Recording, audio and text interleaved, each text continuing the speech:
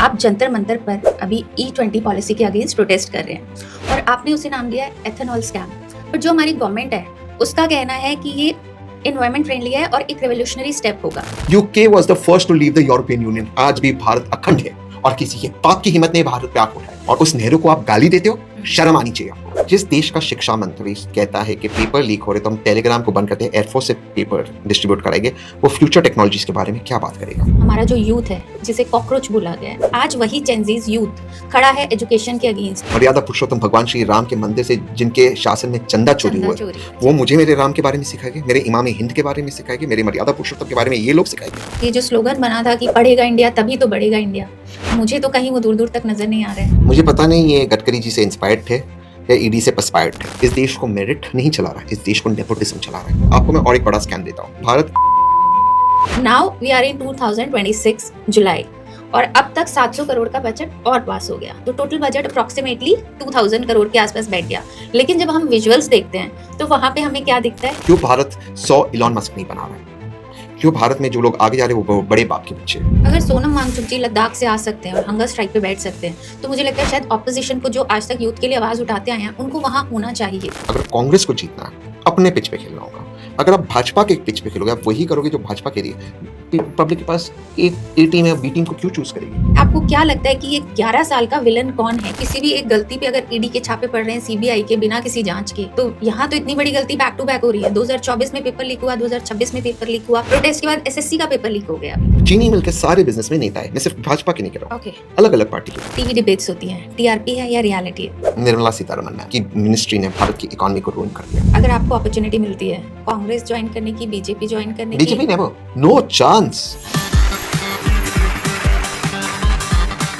धर्मेंद्र प्रधान से paper leak नहीं रुक रहे, निर्मला सीतारमण से महंगाई नहीं घट रही, अमित शाह से मणिपुर की हिंसा नहीं रुक रही, रेल मंत्री से रेल दुर्घटना नहीं रुक रही, गडकरी जी के हाईवे 15 दिन में ही टूट जाते हैं, अंतर्राष्ट्रीय मंचों पर हमारे पासपोर्ट यूं ही पिछड़ जाते हैं, कृषि मंत्री आज भी किसानों को एमएसपी नहीं दे पा रहे हैं, जंगल कट रहे हैं लेकिन पर्यावरण मंत्री कहाँ है किसी को नहीं पता, स्वास्थ्य मंत्री सिर्फ संसद की कुर्सियों तक सीमित हैं और विदेश मंत्री की नीतियों का किसी को कुछ अता पता नहीं, प्रधानमंत्री विदेशी नेताओं के स्वागत में व्यस्त हैं और देश के असली मुद्दे हेडलाइंस से गायब हैं। अब आप ही बताएं, क्या सचमुच हमारा देश सुरक्षित हाथों में है या कहीं बर्बादी की तरफ बढ़ रहा है? दोस्तों, अभी मैंने जो कविता पढ़ी उसे सुनकर आप समझ ही गए होंगे आज का हमारा पॉडकास्ट हमारे देश के मुद्दों से संबंधित होने वाला है। आज हम बात करेंगे देश के हालातों पर, जनता के हक पर और सिस्टम की खामोशी पर। तो जब देश के हालातों पर तीखे सवाल पूछने हों तो तहसीन जी से ज्यादा अच्छा गेस्ट कोई हो ही नहीं सकता। हमारे साथ मौजूद हैं political analyst Tehseen Poonawalla ji. Welcome to your night talk show, sir. Thank you, Ruchi. Yeah, it's an honor for me to host you. And it's an honor for me to be out here in the U&I talk show. शुरू करते हैं। तो मेरा पहला सवाल है तहसीन जी, जैसे हम जानते हैं आप जंतर मंतर पर अभी E20 पॉलिसी के अगेंस्ट प्रोटेस्ट कर रहे हैं और आपने उसे नाम दिया है एथेनॉल स्कैम। पर जो हमारी गवर्नमेंट है उसका कहना है कि ये एनवायरमेंट फ्रेंडली है और एक रेवोल्यूशनरी स्टेप होगा, तो आपका क्या टेक है इस चीज़ पे? सबसे पहले Ruchi, thank you so much again. देखिए, मैं इसको स्कैम क्यों कहता हूँ, मैं उस पर थोड़ी देर बाद आऊँगा। सरकार 3 या 4 तर्क देती है, हम हर तर्क पे विस्तार से बातचीत करेंगे। Right. सबसे पहला सरकार कहती है कि इससे हमारा फॉरेन रिजर्व बचेगा, करेक्ट? अगर आपको 3 लाख करोड़ सालाना बचाना है, क्योंकि इससे केवल 40,000 करोड़ बचता है, 3 लाख करोड़ सालाना बचाना है हर साल, जो हमारा फॉरेन रिजर्व है, पेट्रोल इंपोर्ट कम करना है, क्रूड ऑयल, सिर्फ सड़कें ठीक कर दें नितिन गडकरी जी, गड्ढे निकाल दें, जो एंक्रोचमेंट है हाईवेज और सड़कों पे उनको हटा दे और ट्रक्स को क्या लेफ्ट साइड पे चलाए जो उनका काम है, ताकि जाने बचे, सालाना 3 लाख करोड़ बचेगा। आप यहाँ आए, आप खुद देर से आए क्योंकि ट्रैफिक थी, बिल्कुल अननेसेसरी ट्रैफिक थी, बिल्कुल अननेसेसरी डिलेज था। True. Why aren't you fixing जो आपका काम है? आपका काम छोड़ते आप बाकी सब चीज ठीक कर रहे हो। दूसरे पॉइंट पे आते हैं। सरकार कहती है कि हमारा क्रूड ऑयल पे डिपेंडेंस है। क्या आप जानते हो कि अगर हम इसको ये भी कहते हैं कि एथेनॉल से क्रूड ऑयल डिपेंडेंस कम होगा, तो 2 चीज़, क्रूड तो वही आ रहा है, पेट्रोल मात्र 20% है, इसका ये मात्र 20% है, तो कौन सा बच रहा है? उससे अलावा आपको मैं और एक बड़ा स्कैम देता हूँ। क्या आप जानते हो भारत एथेनॉल भी इंपोर्ट करता है? भारत एथेनॉल भी इंपोर्ट करता है, इंडस्ट्रियल एथेनॉल, और यूएस से 31 मिलियन लीटर ऑफ एथेनॉल सिर्फ नवंबर 1 महीने में इंपोर्ट किया। तो ये कौन सा एथेनॉल बचा रहे? आप तो खुद इंपोर्ट भी कर रहे हो यूएस से। बिकॉज हमने सुना है जो गडकरी जी के बेटे हैं उनकी एथेनॉल फैक्ट्री है तो उसको बिल्कुल। प्रमोट कर रहे हैं। मैंने इसको कहा बेटा बढ़ाओ योजना। बिल्कुल। मैं उस पे आता हूँ। हम्म। तीसरी चीज, क्या वर्तमान सरकार ने फूड सिक्योरिटी के बारे में सोचा? एक प्रोडक्ट है मक्का, कॉर्न, उससे भी एथेनॉल बनता है। मक्के का भारत का सरप्लस प्रोडक्शन था और मक्के का एक बाय प्रोडक्ट है डीडीजीएस, जो पशुओं के आहार लाइफ स्टॉक फीड में काम आता है। इतना सरप्लस प्रोडक्शन था भारत का कि भारत इसको एक्सपोर्ट करता था। एक्सपोर्ट करेंगे तो डॉलर मिलता है। जब यूएस इंडो ट्रेड डील हुआ तब 6 फरवरी को यूएस की प्रेस, व्हाइट हाउस की प्रेस रिलीज में कहा गया कि भारत डीडीजीएस अमेरिकन कॉर्न के बाय प्रोडक्ट को इंपोर्ट करेगा। देश में हल्ला मचा क्योंकि अमेरिकन कॉर्न बैंड है भारत में, ये जेनेटिकली मॉडिफाइड है। 7 फरवरी को आदरणीय पीयूष गोयल जी एक प्रेस कॉन्फ्रेंस करते हैं। वे कहते हैं हमें इसलिए इसे इंपोर्ट करना पड़ रहा है क्योंकि कॉर्न की शॉर्टेज है भारत में। ऑब्वियसली कॉर्न कहाँ गया? 45% कॉर्न आपने एथेनॉल में डाइवर्ट किया। जिस चीज को आप एक्सपोर्ट करते डॉलर कमा रहे थे, अब उसी चीज को आप इंपोर्ट करते डॉलर खर्च कर रहे हो, आप कह रहे हो फॉरेन रिजर्व्स बच रहे हैं, और ऊपर से आप जेनेटिकली मॉडिफाइड कॉर्न कर रहे हो। It's a con job. But let me come to the next point. अगर सारे हमारे किसान भाई बहन गन्ने में आ गए, चावल में आ गए और कॉर्न में आ गए, और गन्ना और चावल very high intensive water consuming crops है, तो वेजिटेबल्स और बाकी चीज़ों में कौन जाएगा? और आपका वेजिटेबल इंपोर्ट ऑयल का बिल कितना होगा? क्या किसी ने इसके बारे में सोचा? अगर आप पीडीएस से चावल को डाइवर्ट करते हो तो फूड सिक्योरिटी का क्या होगा? क्या किसी ने बारे में सोचा? 1 लीटर एथेनॉल बनाने के लिए, क्योंकि अगला जो आर्ग्यूमेंट होता है सरकार का है पोल्यूशन का, 1 लीटर एथेनॉल बनाने के लिए गन्ने से 2500 से 3600 लीटर पानी लगता है, मक्के से 4500 लीटर पानी लगता है, और चावल से 10 से 10,500 लीटर पानी लगता है। रुचि, मैं आपसे पूछता हूँ, क्या दिल्ली में, नोएडा में पानी की शॉर्टेज है या नहीं है? बिल्कुल है, और यूपी में तो काफी ज्यादा हो रही है। यूपी में काफी है, मुंबई में आपने सब पढ़ा, पुणे, बेंगलुरु, हैदराबाद। तो काहे आप डाइवर्ट कर रहे हो? काहे कर रहे हो? किसी ने आपसे पूछा ये चीज करने को? ये सारा चीज इसलिए हो रहा है क्योंकि रुचि, मैं आपसे फिर एक सवाल पूछ रहा हूँ, आप कितने लोगों को जानते हो जो चीनी के बिजनेस में, चीनी का मिल, आप कितने लोगों को जानते हो? किसी को नहीं। यहाँ पर आसिफ भाई बैठे हैं, उनसे पूछ लेता, आप किसी को जानते हो चीनी के बिजनेस में? चीनी मिल के मिल नहीं, चीनी मिल के सारे बिजनेस में नेता है। मैं सिर्फ भाजपा के नहीं कह रहा हूँ, अलग अलग पार्टी के, ये पॉलिटिकल बिजनेस। सारी शुगर मिल्स हमारे मतलब पॉलिटिशियंस के अंडर है। महाराष्ट्र का कौन है शुगर किंग? शरद पवार जी। कर्नाटका में किसकी है? राइट। पश्चिमी उत्तर प्रदेश में किसकी है? सारे नेताओं की है। इस हमाम में सारे नंगे हैं। एथेनॉल की फैक्ट्री सिर्फ नितिन गडकरी जी के बेटे की नहीं है, नेताओं के एथेनॉल की डिस्टिलरी है। आपको पॉलिटिकली कनेक्टेड होना चाहिए। और by the way, ethanol factories को central board of pollution certificate, जो केंद्र सरकार का एक एजेंसी है, वो उसको रेड जोन में डालता है, हाईएस्ट पोल्यूटिंग। तो कौन सा आप ना पोल्यूशन बचा रहे, ना फॉरेन रिजर्व बचा रहे, ना इससे किसानों का भला हो रहा है, ना आम आदमी का भला हो रहा है, और भला सिर्फ नेताओं का हो रहा है। बहुत लॉजिकल बात, मुझे डेटा से आप फैक्ट चेक करना। आपने एथेनॉल 20 को 2025 में मैंडेटरी किया, आपका पेट्रोल रिक्वायरमेंट बढ़ा, आपके पेट्रोल के दाम बढ़े, पोल्यूशन पिछले 2 साल से कम हुआ या बढ़ा है? बहुत ज्यादा बढ़ गया है। दिल्ली में तो रहने लायक स्थिति नहीं है। बिल्कुल नहीं है, बिल्कुल नहीं है। पोल्यूशन बढ़ रहा है, पेट्रोल का इंपोर्ट बढ़ रहा है, पेट्रोल के दाम बढ़ रहे हैं, पैसे वाले नेता के बच्चे हो रहे हैं, और पैसे आप भर रहे हो, तो फायदा किसका है? इन्हीं का फायदा है। इसीलिए मैं इसको एथेनॉल स्कैम बोल रहा हूँ। ओके, मतलब गवर्नमेंट, और एक तरह से हम देख रहे हैं कि इस चीज़ पे आगे आके हरदीप पुरी जी को बोलना चाहिए, जो नितिन गडकरी जी बोल रहे हैं, जो हाईवे मिनिस्टर हैं। तो ये भी थोड़ा सा एक लोगों के लिए, मतलब हम लोग सोचते थे शायद वो पेट्रोलियम मिनिस्टर हैं, बट पता चला नहीं, ये तो हरदीप पुरी जी हैं। भाई, जब हरदीप पुरी जी ने अपना पहला प्रेस कॉन्फ्रेंस किया कुछ दिन पहले, मैंने उनका सार्वजनिक तौर से उनका शुक्रिया अदा किया कि देश को पता चला कि वे पेट्रोलियम मिनिस्टर है, नितिन गडकरी जी ने। पर आप सोचिए, जो व्यक्ति इस देश की एथेनॉल पॉलिसी को तथाकथित इन्फ्लुएंस कर रहे थे, नितिन गडकरी जी, जिनके दोनों बेटे एथेनॉल के बिजनेस में हैं, सालाना टर्नओवर 100 करोड़ उनके हिसाब से, ज़्यादा है कम है मैंने इसको चेक नहीं किया, शायद ज़्यादा हो सकता है, पर करीबन 100 करोड़ है। क्या ये कॉन्फ्लिक्ट ऑफ इंटरेस्ट है या नहीं रुचि? बिल्कुल है। तो आप कैसे ये कर सकते हो? ये कैसे अलाउड है? गडकरी साहब कहते हैं कि मुझे फंडिंग मिली है ऑयल लॉबी से। ठीक है, तो वो हरदीप पुरी जी को फ़ोन करते बता दे कि ऑयल लॉबी मुझे फंडिंग ना दे। मैं आपके शो पे एक चैलेंज देता हूँ, UNI शो पे मैं चैलेंज देता हूँ, आदरणीय नितिन गडकरी जी मेरी ED से जाँच कराएं, मेरा लाइव डिटेक्टर टेस्ट सार्वजनिक तौर से कराएं, और साथ ही एथेनॉल 20 ब्लेंडिंग कार्यक्रम के सारे दस्तावेज आप सार्वजनिक कीजिए, और आपके बेटों के और आपके सारे बिजनेसेस के पेपर्स आप ट्रांसपेरेंटली सामने रखिए। दोनों चीज़ करते, क्यों नहीं कर रहे ये? कुछ तो है। देखिए, उन्होंने चैलेंज दिया था रुचि, उन्होंने कहा था कि अगर एक भी गाड़ी में कोई समस्या हो, एक भी, वो उसकी जिम्मेदारी लेंगे। कल जब हम 6 लोगों को ले जा रहे थे आदरणीय नितिन गडकरी जी के घर पे, साहब ने दिल्ली पुलिस को आगे कर दिया। ऐसा लगा कि जब गडकरी साहब डरते पुलिस को आगे करते, हमें पुलिस ने डिटेन कर दिया। चैलेंज साहब ने दिया, हमने चैलेंज को स्वीकार किया, चुनौती को स्वीकार किया, हम गए साहब के पास, साहब हमें पुलिस को आगे कर रहे। इट्स ऑलमोस्ट लाइक जेंजी लिंगो में साहब ने एक क्रिंज और एकदम टॉक्सिक उन्होंने स्टेटमेंट दिया, हमने उसको एक्सेप्ट करते हुए हम कह रहे हैं उनको कि हम मुलाकात करते हैं, तो now he is ghosting us. Okay, कमाल है। सोचिए, हमें कल एक कैंडल लाइट, क्योंकि ये पॉडकास्ट शायद बाद में आगे बता दो, हमें एक कैंडल लाइट मार्च करना था, Okay. उसकी भी परमिशन नहीं मिल रही।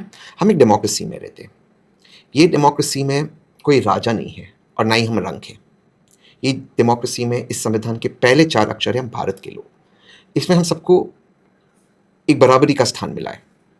ये छोड़कर बाकी सारी चीज़ें चल रही है और इस तरह से हमसे बातचीत किया जा रहा है जैसे कि हम बेवकूफ़ लोग हैं। बिल्कुल। मैं कह रहा हूँ सारी बात मेरी गलत हो सकती है, सारी बात मौजूदा हुकूमत वर्तमान सरकार की सही हो सकती है। इसका फैसला आवाम करेगी। आप सारे दस्तावेज सार्वजनिक कीजिए। आप उसको ट्रांसपेरेंटली लोगों के सामने क्यों नहीं रख रहे? और अभी रिसेंटली हमने देखा है कि कंपनीज आई हैं जिसमें 3 नाम है, Maruti Suzuki, Toyota and MotoCorp, और तीनों ने आके बोला है कि E20 पेट्रोल से कोई प्रॉब्लम नहीं है, किसी भी तरीके से कार को डैमेज नहीं कर रही है।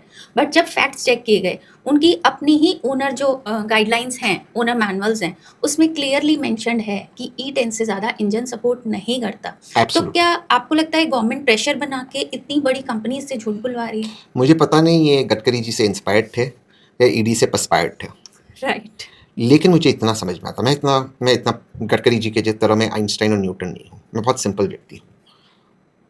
अगर एथेनॉल 10 वाली गाड़ी में एथेनॉल 20 वाला पेट्रोल जा सकता है, तो एथेनॉल 10 वाली गाड़ी को अपग्रेड काहे कराया वही गाड़ी चलाते, सर्टिफिकेशन काहे कराया वही चलाते। आपने जैसे कहा, आपने इंस्ट्रक्शन मैनुअल में काहे लिखा ये नहीं डाल सकते, लिख देते कि भाई आपको जो डालना है डालो। नीति आयोग की रिपोर्ट है 2018 की, जो सार्वजनिक है, जो पब्लिक डोमेन है। वो रिपोर्ट ARAI रिपोर्ट और CIM की रिपोर्ट को कोट करती है। Okay. नीति आयोग जो सरकारी बॉडी है वो कहती है कि अगर आपको एथेनॉल 20 ब्लेंडेड पेट्रोल को भारत के अंदर लाना है और उसको मैंडेटरी करना है, ये आप 2030 से कीजिएगा। अच्छा, ओके। अब जो 2030 की बात है उसको आपने प्रीपोन किया। इसके नीति आयोग 2 वजह बताती है। एक वजह यह है कि बाकी जो गाड़ियाँ 2030 तक फेज आउट हो जाएगी, जो एथेनॉल 20 कंप्लाइंट नहीं है, जो एथेनॉल 10 कंप्लाइंट है। Okay. दूसरे, जो करीबन 1 लाख पेट्रोल पंप्स है भारत के अंदर, उसमें storage is not meant for ethanol 20, क्योंकि एथेनॉल जो है हाइग्रोफिक होता है, मॉइस्चर को अट्रैक्ट करता है। क्योंकि वो अट्रैक्ट करता है मॉइस्चर को, उसका जो टैंक्स होना चाहिए वो अलग तरह से सील होना चाहिए, जो वर्तमान में कोई भी पेट्रोल पंप्स अपग्रेड नहीं हुए अधिकतर। तो आप देखिए जो बारिश आ रहा, शायद जी। उसकी वजह से पानी मिक्स हो सकता है। Ethanol attracts water. जी, बिकॉज वो बोल रहे हैं कंटामिनेटेड जो पेट्रोल है उस वजह से हो रहा है ये। इनका आरोप है कि एथेनॉल की वजह से नहीं हो रहा, कंटामिनेटेड। हाँ, राइट। ठीक है, मैं मान लिया उनकी बात। रुचि, मैं आपसे पूछता हूँ, क्या कंटामिनेटेड पेट्रोल आप आपके घर से लाते हो? Not at all. कभी आपने अपनी जिंदगी में किसी पेट्रोल पंप में कहा कंटामिनेटेड पेट्रोल डालो मेरी गाड़ी में? बिल्कुल नहीं। भाई मैं आपको आज से पहले मिला हूँ आपके व्यक्ति को, क्या आप आपके घर से पेट्रोल लाते हो, पेट्रोल पंप पे भरते हो? कभी आपने बोला आपकी बाइक में कंटामिनेटेड पेट्रोल डालो? क्या मजाक लगा कर रखा है? तो अगर कंटामिनेटेड पेट्रोल आ रहा, रुचि जब एक कार खरीदते हैं, आसिफ जब एक बाइक खरीदते हैं, आपको प्लीज एक चीज समझनी होगी रुचि, एक गाड़ी दूसरी सबसे महंगी चीज है जो आपकी जिंदगी में खरीदोगे, और बाइक भी बहुत महंगी चीज है। जब आप ये एक वाहन खरीदते हो, एक व्हीकल खरीदते हो, आप आपके परिवार के लोगों से, परिजनों से बातचीत करते हो, घर में एक डिस्कशन होता है। मैं एक 90% फैमिलीज की बात करता हूँ, 10% फैमिलीज बहुत रिच हो, उनमें नहीं, मैं 90% फैमिलीज की बात कर रहा हूँ। फैमिलीज में डिस्कशन होता है। आप आपके दोस्तों से भी कंसल्ट करते हो, भाई ये गाड़ी ठीक है, ये बाइक ठीक है। आप 3-4 शोरूम में जाते टेस्ट राइड लेते हो। सबसे पहली चीज जब एक ऑर्डिनरी व्यक्ति बाइक खरीदता है, वो चेक करता है कि एवरेज ठीक है या नहीं। जी। क्या आदरणीय हरदीप पुरी जी ने हमारी परमिशन ली हमारी एवरेज कम करने को? बिल्कुल नहीं। जो चैलेंज नितिन गडकरी सर ने दिया, उस चैलेंज को मैंने स्वीकार किया। इसके बाद कल नितिन गडकरी सर एक स्टेटमेंट देते हैं कि आपकी गाड़ी में वॉशर्स खराब हो सकते हैं एथेनॉल 20, जो एथेनॉल 10 कंप्लेंट के, और वो मुफ्त में बदले जाएंगे। हरदीप पुरी जी सर एक स्टेटमेंट देते कि आपके जो गैस्केट्स है वो 50,000 नहीं 30,000 किलोमीटर में खराब हो गए। क्या आपने मुझसे परमिशन ली? नो। मान लो रुचि आपकी बेटी को कहीं लेके जा रहे हो, या आपकी बेटी को लेके जा, और अचानक से आपकी गाड़ी बंद हो गई, क्या इसकी परमिशन लिया था उन्होंने आपसे? बिल्कुल नहीं। मान लो आप अकेले कहीं जा रहे हो, इज इट वर्थ इट? और जब गाड़ी का वॉशर या गैस्केट खराब होगा, मान भी लो सरकार उसको मुफ्त में चेंज कराती, 2-3 दिन आपकी गाड़ी गैरेज में रहेगी, क्या ये आपको इनकन्वीनियंस होगा या नहीं होगा? बिल्कुल होगा। एक गाड़ी जब एक व्यक्ति खरीदता है, वो 15 साल पहले टैक्स एडवांस में भरता है। गाड़ियों के ऊपर आप रोड टैक्स 15 साल पहले भरते हो, आप GST भरते हो, कई राज्यों में आप सेस और अन्य टैक्स भरते हो, आप गाड़ी बाहर लेके जाते हो, आप पार्किंग भरते हो, इंश्योरेंस भरते हो, ये सब चीज़ आप एडवांस में भरते हो गाड़ी के ऊपर। बिल्कुल। उसके बावजूद अगर वो गाड़ी आपको खुशी के बदले स्ट्रेस दे, वो गलत है। गाड़ी जब एक आम भारतीय खरीदता है, खुशी के अवसर पे खरीदता है, क्रिसमस हो, ईद हो, दिवाली हो, गुड़ी पाड़वा हो, एक शुभ अवसर पे, दिवाली हो, एक शुभ अवसर पे खरीदते हैं। कंफर्ट के लिए खरीदते हैं, अपनी लाइफ को इजी बनाने के लिए खरीदते इसको आपने स्ट्रेस का विषय बना दिया है।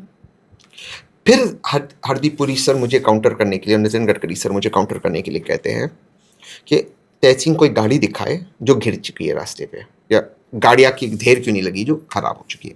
बहुत वाजिब सवाल है उनका। बट सोशल मीडिया पे तो बहुत लोग आ गए हैं। वो तो आ रहे हैं, उनको झूठा कह रहे हैं। ओके। बट मैं इसको और भी टेक्निकली समझाता हूँ। मान लो कि डॉक्टर ने कहा है कि आपको शराब नहीं पीना चाहिए, और नहीं पीना चाहिए, शराब पीना गलत है, नहीं पीना चाहिए, पर आप रोज़ एक पैग लेते हो या एक ग्लास लेते हो, धीरे धीरे आप 2 पैग पे आते हो, धीरे धीरे आप 4 पैग पे आते हो, धीरे धीरे आप रोज़ की 1 बॉटल पीते हो, धीरे धीरे आप 2 बॉटल पीते हो। आपको लिवर सिरोसिस एक दिन में नहीं होगा, इवेंचुअली होगा। लेकिन जैसे जैसे आप सीढ़ियाँ चढ़ेंगे, आपको पता चलेगा आपकी सांसें फूल रही, बी टायर्ड, आपका वो फिटनेस लेवल नहीं रहेगा। If you become an alcoholic, एक दिन आपको लिवर सिरोसिस नहीं होगा। ठीक उसी तरह जो लोग बाइक चलाते हैं, उनको समझ में आ रहा है कि बाइक में कोई दिक्कत है, बाइक एक दिन में खराब नहीं होगी, धीरे धीरे होगी, बट होगी। ये बात की पुष्टि खुद नितिन सर और हरदीप पुरी सर कर रहे हैं जी। तो फिर झूठ कहाँ बोल रहे? मैं फिर आपसे कह रहा हूँ, हम एथेनॉल 20 के खिलाफ बिल्कुल नहीं है। हम बस यही कह रहे हैं कि आप एथेनॉल 10 कंप्लायंट गाड़ियों के लिए अवेलेबल कराइए, एथेनॉल 0 पेट्रोल के दाम कम करवाइए, एथेनॉल 20 पेट्रोल पे 20% डिस्काउंट दीजिए, और इसी के साथ सारे दस्तावेज सार्वजनिक कीजिए। और जिन गाड़ियों में 2023 के पहले में 2023 की गाड़ियों में कोई दिक्कत आई हो, एथेनॉल 20 को लेकर एथेनॉल 10 कंप्लायंट गाड़ी में उसका सोल्यूशन निकाले। इसके अलावा हम क्या कह रहे हैं? और एक चीज़, बेटा बढ़ाओ योजना गलत है, नितिन गडकरी जी का कॉन्फ्लिक्ट ऑफ इंटरेस्ट है। ट्रू, बिल्कुल ठीक बात है। और आपका स्कैम, आई होप इस चीज़ से लोगों को फ़ायदा हो। आ जाते हैं नेक्स्ट चीज़ पे, जो आजकल वापस हम देख रहे हैं कि हमारा जो यूथ है, जिसे कॉकरोच बोला गया है, और बहुत सारे कॉकरोचेस इकट्ठे हो गए हैं। किस लिए? देश की एजुकेशन के लिए। जेनजीज को बोला जाता है ये तो सिर्फ रील स्क्रॉल करते हैं, कैमरा लेके घूमते हैं, इमोशनलेस हैं और कोल्ड हार्टेड हैं। बट आज वही जेनजीज यूथ खड़ा है एजुकेशन के अगेंस्ट, उन बच्चों के अगेंस्ट जो वो चले गए हैं इस दुनिया से। क्यों? क्योंकि उनके ऊपर भी स्कैम हुआ है एजुकेशन में। जैसे आपको पता होगा कि नीट पेपर लीक हुआ है। इनफैक्ट मेरी डॉटर के टाइम पे भी हुआ था, और जो उसको और बेटर कॉलेज मिल सकता था, गवर्नमेंट कॉलेज, उसको नहीं मिला, उसे डीम्ड कॉलेज ऑफर हुआ, तो हमने करा दिया। बट बहुत से ऐसे पेरेंट्स हैं जो पे नहीं कर सकते और नहीं हो सकता। तो आज वो जो यूथ है वो एजुकेशन मिनिस्टर के अगेंस्ट में खड़ा है। बट हमने देखा है 20 बच्चों के सुसाइड करने के बाद भी ना तो एनटीए के चेयरमैन और ना धर्मेंद्र प्रधान जी सामने आए हैं। तो आपको क्या लगता है कि क्यों इतना कोल्डली बिहेव कर रही है गवर्नमेंट, क्यों इतनी खामोश है इस चीज़ पे? एक कविता है दिनकर जी की, जब नाश मनोज पर छाता है पहले विवेक मर जाता है। देखिए, धर्मेंद्र प्रधान जी इस देश के शिक्षा मंत्री इसलिए नहीं क्योंकि उन्होंने शिक्षा में कोई अच्छे काम किए जी। वे इस देश के शिक्षा मंत्री इसलिए क्योंकि उनके स्वर्गवासी पिताजी आदरणीय अटल बिहारी वाजपेयी जी के कैबिनेट में एक यूनियन मिनिस्टर थे। ओके। वो एक नेपो चाइल्ड है। इस देश के शिक्षा मंत्री ने अपनी बेटी को विदेश भेजा था पढ़ाई के लिए। क्यों? और आपके जैसे बच्चों को लाइन में खड़ा रखा है। जिन बच्चों ने आत्महत्या की, उस वक्त जो एनटीए के जिम्मेदार थे, वो आज प्रिंसिपल सेक्रेटरी छत्तीसगढ़ है। How is transfer a punishment? Dharmendra Pradhan ji के 2 ब्रिलियंट आइडियाज थे। वायुसेना से, भारत की वीर वायुसेना जिसने पाकिस्तान को ठोका, उसे कोरियर सर्विस करवाया इस साल। नीट के पेपर्स इस साल कैसे डिस्ट्रीब्यूट हुए? एयरफोर्स ने डिस्ट्रीब्यूट किए। शर्म आनी चाहिए इनको। और दूसरी चीज़, कहा कि पेपर जो लीक होते हैं टेलीग्राम पे होते हैं, हमने टेलीग्राम को बैन किया। तो जो लीक करता है व्हाट्सएप पे नहीं भेज सकता, सिग्नल पे नहीं भेज सकता। ये है धर्मेंद्र प्रधान जी का लेवल ऑफ गवर्नेंस। इस देश में कोई वैल्यू नहीं है किसी भी मेरिट पर। बच्चों को कॉकरोच और टर्माइट कहा जा रहा है। बिल्कुल। जो बच्चे ने मेहनत की है, मेहनत करते आपकी बेटी, चलो आपके पास भगवान ने वो दिया है तो आप डीम कॉलेज में जा सकते। डीम कॉलेज की फीस क्या थी? कितने भारतीय दे सकते? Rare. Which is what I am saying. तो आत्महत्या ही कर रहे हैं ना। This is the tragedy of India. और ये सब करने के बाद अगर आपकी बेटी कल जब डॉक्टर बनेगी ना, और भगवान ना करे वो बिहार में पोस्टेड होगी, नीतीश कुमार का बेटा निशांत कुमार उनका बॉस होगा। सोचिए इस चीज़ को। इस देश को मेरिट नहीं चला रहा है, इस देश को नेपोटिज्म चला रहा है। और धर्मेंद्र प्रधान जी, निशांत कुमार जी जैसे लोग शिक्षा और स्वास्थ्य के लिए जिम्मेदार है। ये देश कैसे प्रोग्रेस करेगा? रुचि, मैं आपसे एक चीज़ कहना चाहता हूँ। अगले 20-25 सालों में 30 सालों में देश का हेल्थ केयर पूरी तरह से ट्रांसफॉर्म होगा। ऑलरेडी जिस व्यक्ति को नोबेल प्राइज लास्ट ईयर मिला था, उसने एआई के माध्यम से नए प्रोटीन्स बनाए जो आज तक हमारी ज़िंदगी में वो प्रोटीन्स हमारी एवोल्यूशन में नहीं आए, जिसको एवोल्यूशन को मिलियंस ऑफ ईयर्स लगता है उस प्रोटीन को बनाने। ही बिल्ट डिफरेंट प्रोटीन ब्लॉक्स। जब वो प्रैक्टिकली अब आ जाएगी लाइफ में, क्योंकि वो ऑलरेडी उसका सिमुलेशन में बन गया, दे स्टार्टेड इट, हम 130-140 साल तक जिएंगे, because we will find cures for diseases that we could not fight. जैसे जैसे क्वांटम कंप्यूटर्स मेन स्ट्रीम हो गए, we will find cures for Alzheimer's, dementia etcetera, because mother nature by nature is quantum. We will live quality lifes. मेरा आपसे बड़ी विनम्रता से सवाल है, आज भारत की शिक्षा क्या उस दिशा में जा रहा है कि हम कल की टेक्नोलॉजीज के लिए तैयार हो? मुझे तो बिल्कुल नहीं लगता, not at all. The point that I am trying to say is कि क्या हम उस दिशा में जा रहे हैं कि फ्यूचर ऑफ हेल्थ के प्रिवेंटिव होगा, लॉन्जेविटी होगा, क्वालिटी ऑफ लाइफ बढ़ेगी, और इसके लिए जो तैयारी करनी होगी, आई डाउट। वही दिक्कत है। आज के सिनेरियो में तो ऐसा कुछ भी नहीं दिख रहा है। जिस देश का शिक्षा मंत्री कहता है कि पेपर लीक हो रहे तो हम टेलीग्राम को बंद करते हैं, एयरफोर्स से पेपर डिस्ट्रीब्यूट कराएंगे, वो फ्यूचर टेक्नोलॉजीज के बारे में क्या बात करेगा? करेक्ट। मैं जो बातें कर रहा हूँ बहुत प्रैक्टिकल बातें कर रहा हूँ। मैं चाहता हूँ कि भारत जो है, हमारा जो मुल्क है, इसके अंदर हर व्यक्ति को इक्वल अपॉर्चुनिटी मिले। बट इस वक्त हमारे देश में इनकॉम्पिटेंस और नेपोटिज्म की वजह से एक व्यक्ति उस लेवल पे नहीं जा सकता जहाँ उसको जाना हो। जी। और ये केवल राजनीति की बात नहीं है रुचि, ये बात हर क्षेत्र के अंदर है। जी। आप जितने भी क्रिकेट बोर्ड से देख लीजिए, सारे क्रिकेट बोर्ड्स में नेताओं के बच्चे हैं। क्यों? मैं केवल एक व्यक्ति की बात है, एक व्यक्ति की बेटे की बात नहीं कर रहा हूँ, मैं सारे। मध्य प्रदेश में ज्योतिरादित्य सिंधिया जी का बेटा क्यों मध्य प्रदेश क्रिकेट एसोसिएशन का हेड? महाराष्ट्र में रोहित पवार क्यों है? राजस्थान में अशोक गहलोत की बेटी क्यों है? दिल्ली में अरुण जेटली जी के बेटे क्यों है? क्या है इनमें टैलेंट? क्यों भारत में जो नए बिलियनर्स है, डॉलर टर्म्स में, मैं मिलियनर्स की बात नहीं कर रहा हूँ, वो सारे के सारे एक आध दो को छोड़ के नेपो किड्स है? क्यों भारत 100 इलॉन मस्क नहीं बना रहा है? क्यों भारत में जो लोग आगे जा रहे हैं वो बड़े बाप के बच्चे हैं? रुचि, मेरा जो विजन है इस देश को लेकर वो ये है कि हर व्यक्ति को सेम स्टार्टिंग पॉइंट मिले, चाहे वो मेरा बच्चा हो या आपकी बेटी हो या आसिफ का बेटा हो या बाहर सुमित, जो बाहर सुमित थे उसका बेटा हो। स्टार्टिंग पॉइंट सबका बराबर होना चाहिए, सबको सेम शिक्षा मिलनी चाहिए, उसके बाद जो मेरिट में है वो आगे जाए। मेरा बेटा इसलिए आगे नहीं जाना चाहिए क्योंकि वो मेरा बेटा है। मैं निजी स्कूल और अस्पताल के खिलाफ नहीं हूँ, मैं प्राइवेटाइजेशन के खिलाफ नहीं हूँ, मैं खुद एक कैपिटलिस्ट हूँ। प्लीज मानिए मैं कैपिटलिस्ट हूँ, लेकिन मैं कह रहा हूँ कि कुछ चीज़ों में वेलफेयरिज्म और समानता होनी चाहिए। बिल्कुल। मैं अपने बेटे को बिल्कुल निजी स्कूल में अगर मेरी क्षमता है उसको निजी स्कूल में भेजने की, मुझे भेजना चाहिए। आपको क्षमता है डीम्ड यूनिवर्सिटी में भेजने, लेकिन सुमित जो बाहर आपका प्यून है, उसके बेटे को वही शिक्षा मिलनी चाहिए जो आपकी बेटी को, मेरी बेटी को मिल रहा है सरकारी स्कूल में, वही क्वालिटी की शिक्षा मिलनी चाहिए। इसके बाद आपकी चॉइस, आप कहाँ जाए। अगर सुमित के माँ बाप बीमार हुए, उसको वही क्वालिटी के इलाज मिलना चाहिए जो आपको मिलता है निजी अस्पताल में और मुझे मिलता है निजी अस्पताल में, मेरे परिजनों को। एक देश की रिस्पॉन्सिबिलिटी, एक देश का दायित्व उसके नागरिकों की तरफ है कि वो सबको समानता दे शिक्षा में, सबको समानता दे स्वास्थ्य में, और वर्ल्ड क्लास ट्रांसपोर्ट बनाए। इसके बाद अगर तहसीन BMW में आना चाहता है या बेंटली में आना चाहता है, उसका अधिकार है, उसका टैक्स भरे, पार्किंग भरे, वो आए। लेकिन वर्ल्ड क्लास सार्वजनिक ट्रांसपोर्ट होना चाहिए कि रुचि रात को 12 बजे, सुबह 1 बजे, 4 बजे भी जा सकती है फ्री ऑफ कॉस्ट। ये एक देश को इक्वल करता है। इसके बाद मेरिट पे आए, देश मेरिट से चलना चाहिए। हमारा देश चलता है कि आप जिसके बेटे हो आप आगे जाओगे, जिसकी बेटी हो आप आगे जाओगे। क्या बकवास लगा रखा है? क्या इसीलिए हम आज़ाद हुए? हम इसलिए आज़ाद हुए कि अंग्रेज़ों के बाद नेता और उनके बच्चे हम पर राज करें? आप सारी रीजनल पॉलिटिकल पार्टीज देखिए रुचि, सारी रीजनल पॉलिटिकल पार्टीज, सब में परिवार है, सारी रीजनल, सारे फैमिली रन फर्म्स है। क्यों? ऐसा क्या टैलेंट है हरियाणा में सिर्फ चौटाला परिवार में टैलेंट है? ऐसा क्या टैलेंट है महाराष्ट्र में ठाकरे परिवार में, बिहार में यादव में है? ऐसा क्या है कि आप कर्नाटक में जाओ देवेगौड़ा परिवार में, पवार परिवार में, उमर अब्दुल्ला परिवार में, महबूबा मुफ्ती परिवार में, बादल परिवार में, सांगमा परिवार में, नॉर्थ ईस्ट में। क्यों? क्या पूरे महाराष्ट्र में और कोई मराठी मानुस योग्य नहीं था सिवाय ठाकरे परिवार के आदित्य ठाकरे या राज ठाकरे और उनके बेटे, जो भी उनकी बेटी का नाम है मैं भूल गया, और कोई योग्य नहीं था? ये सवाल पूछना जरूरी है।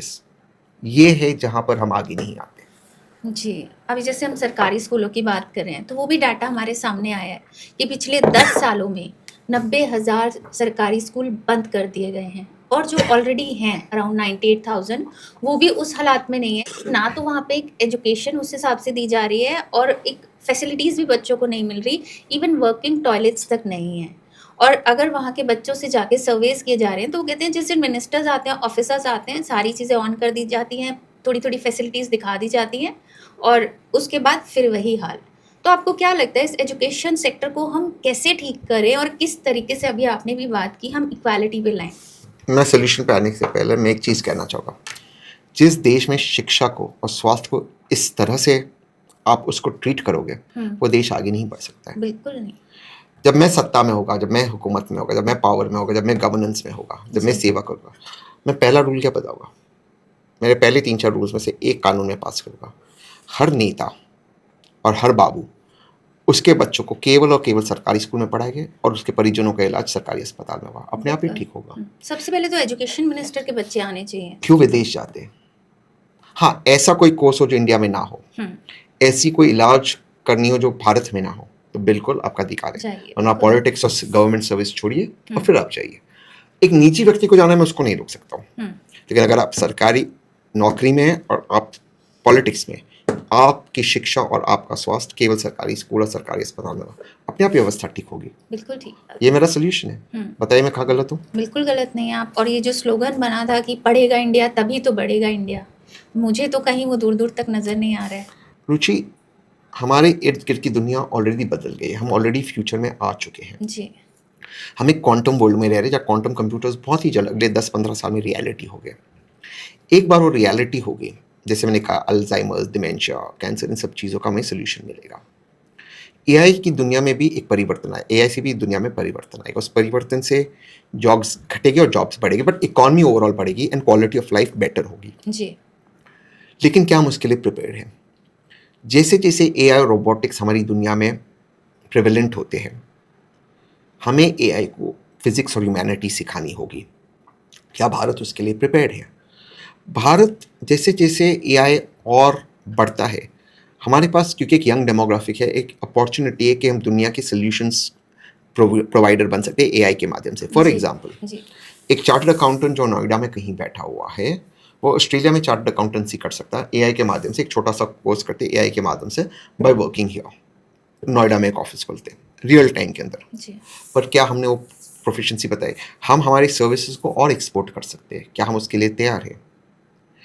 और इसके बाद जो लोग आएंगे अन्य जगहों वर्ल्ड के अंदर, जैसे कि सर्विस इंडस्ट्री के अंदर, एआई के माध्यम से, चाहे सैलॉन्स हो, चाहे कोई रेस्टोरेंट्स हो, पूरी तरह से ट्रांसफॉर्मेशन होगा।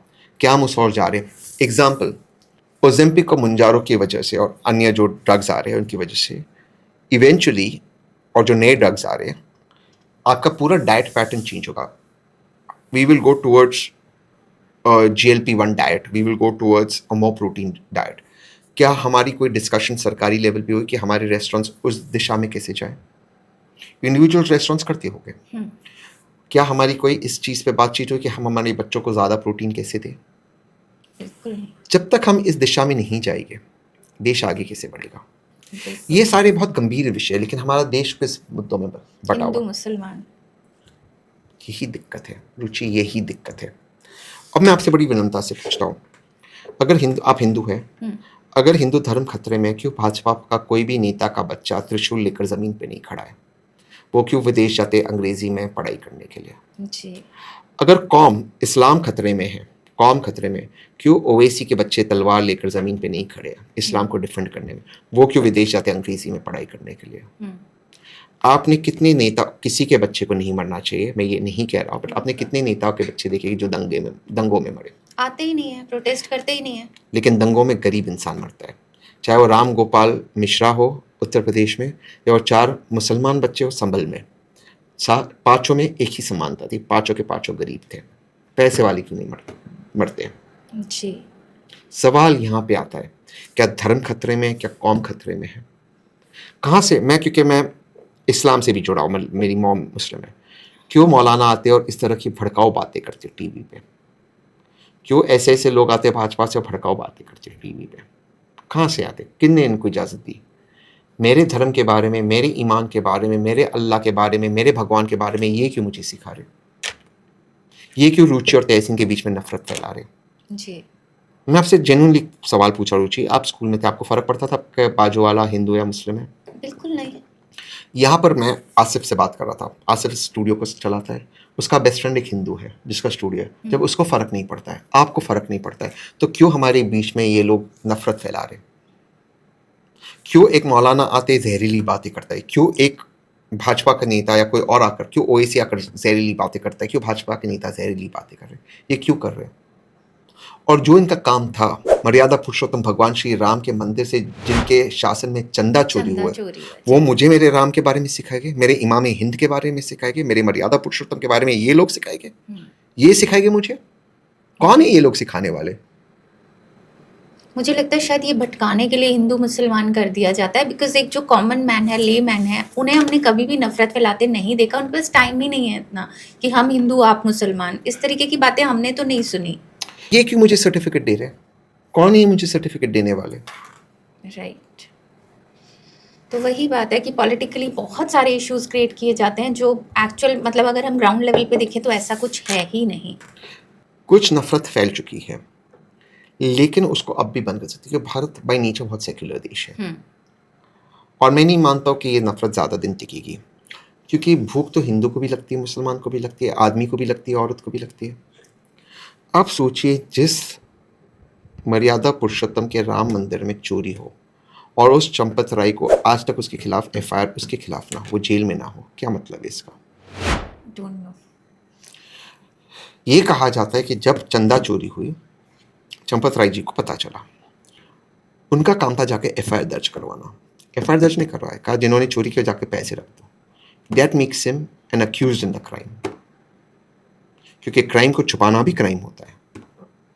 मैं जानता हूँ जो मैं कह रहा हूँ उससे बहुत लोग नाराज़ हो गए, लेकिन इवन टारगेट माई लाइफ, पर मुझे इसकी फ़र्क नहीं पड़ता। मैं जो कह रहा हूँ बहुत क्लियर कह रहा हूँ। जो एसआईटी चंदा चोरी की जांच करती है, वो जांच शुरू करती है बिना एफआईआर के। एसआईटी की रिपोर्ट जिस अधिकारी के पास जाती है, वो खुद स्वयं राम मंदिर में एक एक्स ऑफिशियो मेंबर है। ये कॉन्फ्लिक्ट ऑफ इंटरेस्ट है। ओके।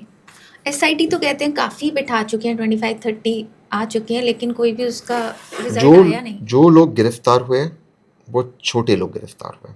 ओके। जिन लोगों ने चोरी की वो छोटे लोग ने चोरी की, बड़े लोग जेल में क्यों नहीं है?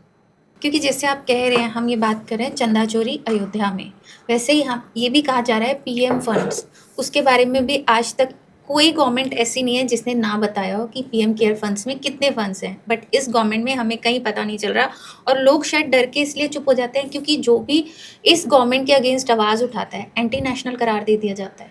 गडकरी जी ने यही कहा ना मेरे बारे में, इस प्रोटेस्ट के बारे में, एंटी नेशनल यही रह गया। हम विदेशी लॉबी को मदद कर रहे हैं, हम एंटी नेशनल है, हम ये है, हम वो है, हमने इनसे चंदा लिया, उनसे चंदा लिया।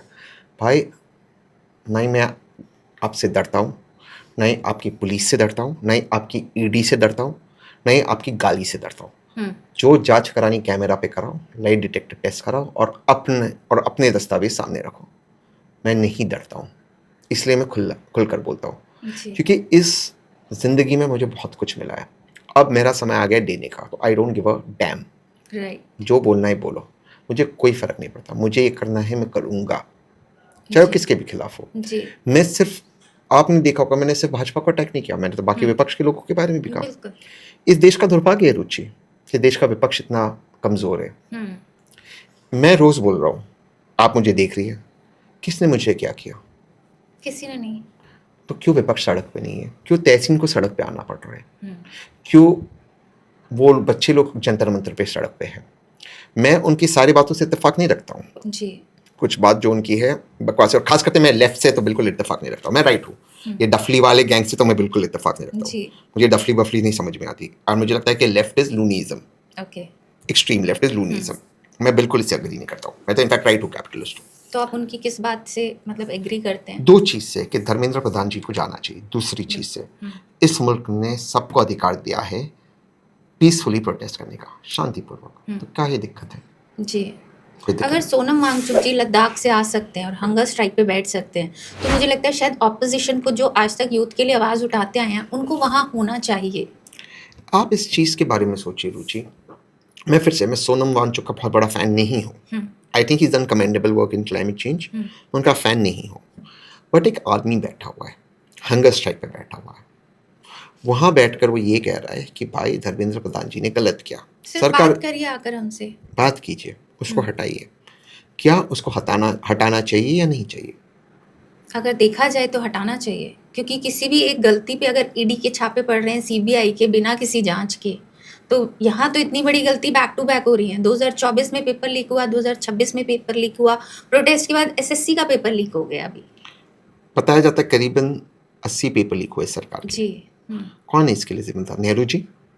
उनके हिसाब से तो नेहरू जी जिम्मेदार है, इंदिरा जी है, अटल जी है, राहुल जी है। सवाल इनसे पूछे तो ये नेहरू जी पे चले जाते हैं। जी। यही दिक्कत है ना, यही दुख है कि यही करते वो हर चीज़। जब इनसे एथेनॉल का सवाल पूछा मैंने तो कहा कि कांग्रेस की सरकार ने इसको लागू किया। भाई कांग्रेस ने, पहली बात, कल तक नितिन गडकरी जी इस पॉलिसी का क्रेडिट ले रहे थे, तो आप क्या कांग्रेस को क्रेडिट दे रहे हैं? और अगर आप कांग्रेस को क्रेडिट दे तो इस देश की नींव रखने के लिए उसको क्रेडिट दो, वहां पे तो आप खुद लेते हो क्रेडिट। और अगर पॉलिसी गलत थी तो 12 साल से आप हुकूमत में हो, आपने क्यों पॉलिसी चेंज नहीं की? कांग्रेस कहां से आ गई बीच में? नॉट दैट मैं कांग्रेस का साथ दे रहा हूं, बट कांग्रेस कहां से आई बीच में? जी। और एथेनॉल पॉलिसी के खिलाफ हम नहीं है। हम कह रहे एथेनॉल 10 गाड़ी में एथेनॉल 10 पेट्रोल डालो। जी। कहा ही उसमें कांग्रेस को आप ला रहे हो, नेहरू को आप ले आते। क्या मतलब इन चीजों का? आप सवाल कुछ भी पूछो, जवाब नेहरू होता है। नेहरू जी, बिल्कुल। अगर आपको नेहरू जी को दोष देना है, पहले नेहरू जी के जैसा कद पाओ। उस आदमी ने इस देश का शासन उस वक्त चलाया जब ये देश बैंकरप्ट था, जब 80% से ज्यादा लोग अनएजुकेटेड थे, जब ये देश के पास कोई रिसोर्सेज नहीं थी, जब देश का बंटवारा हुआ था, जब हिंदू मुसलमान चरम पे था।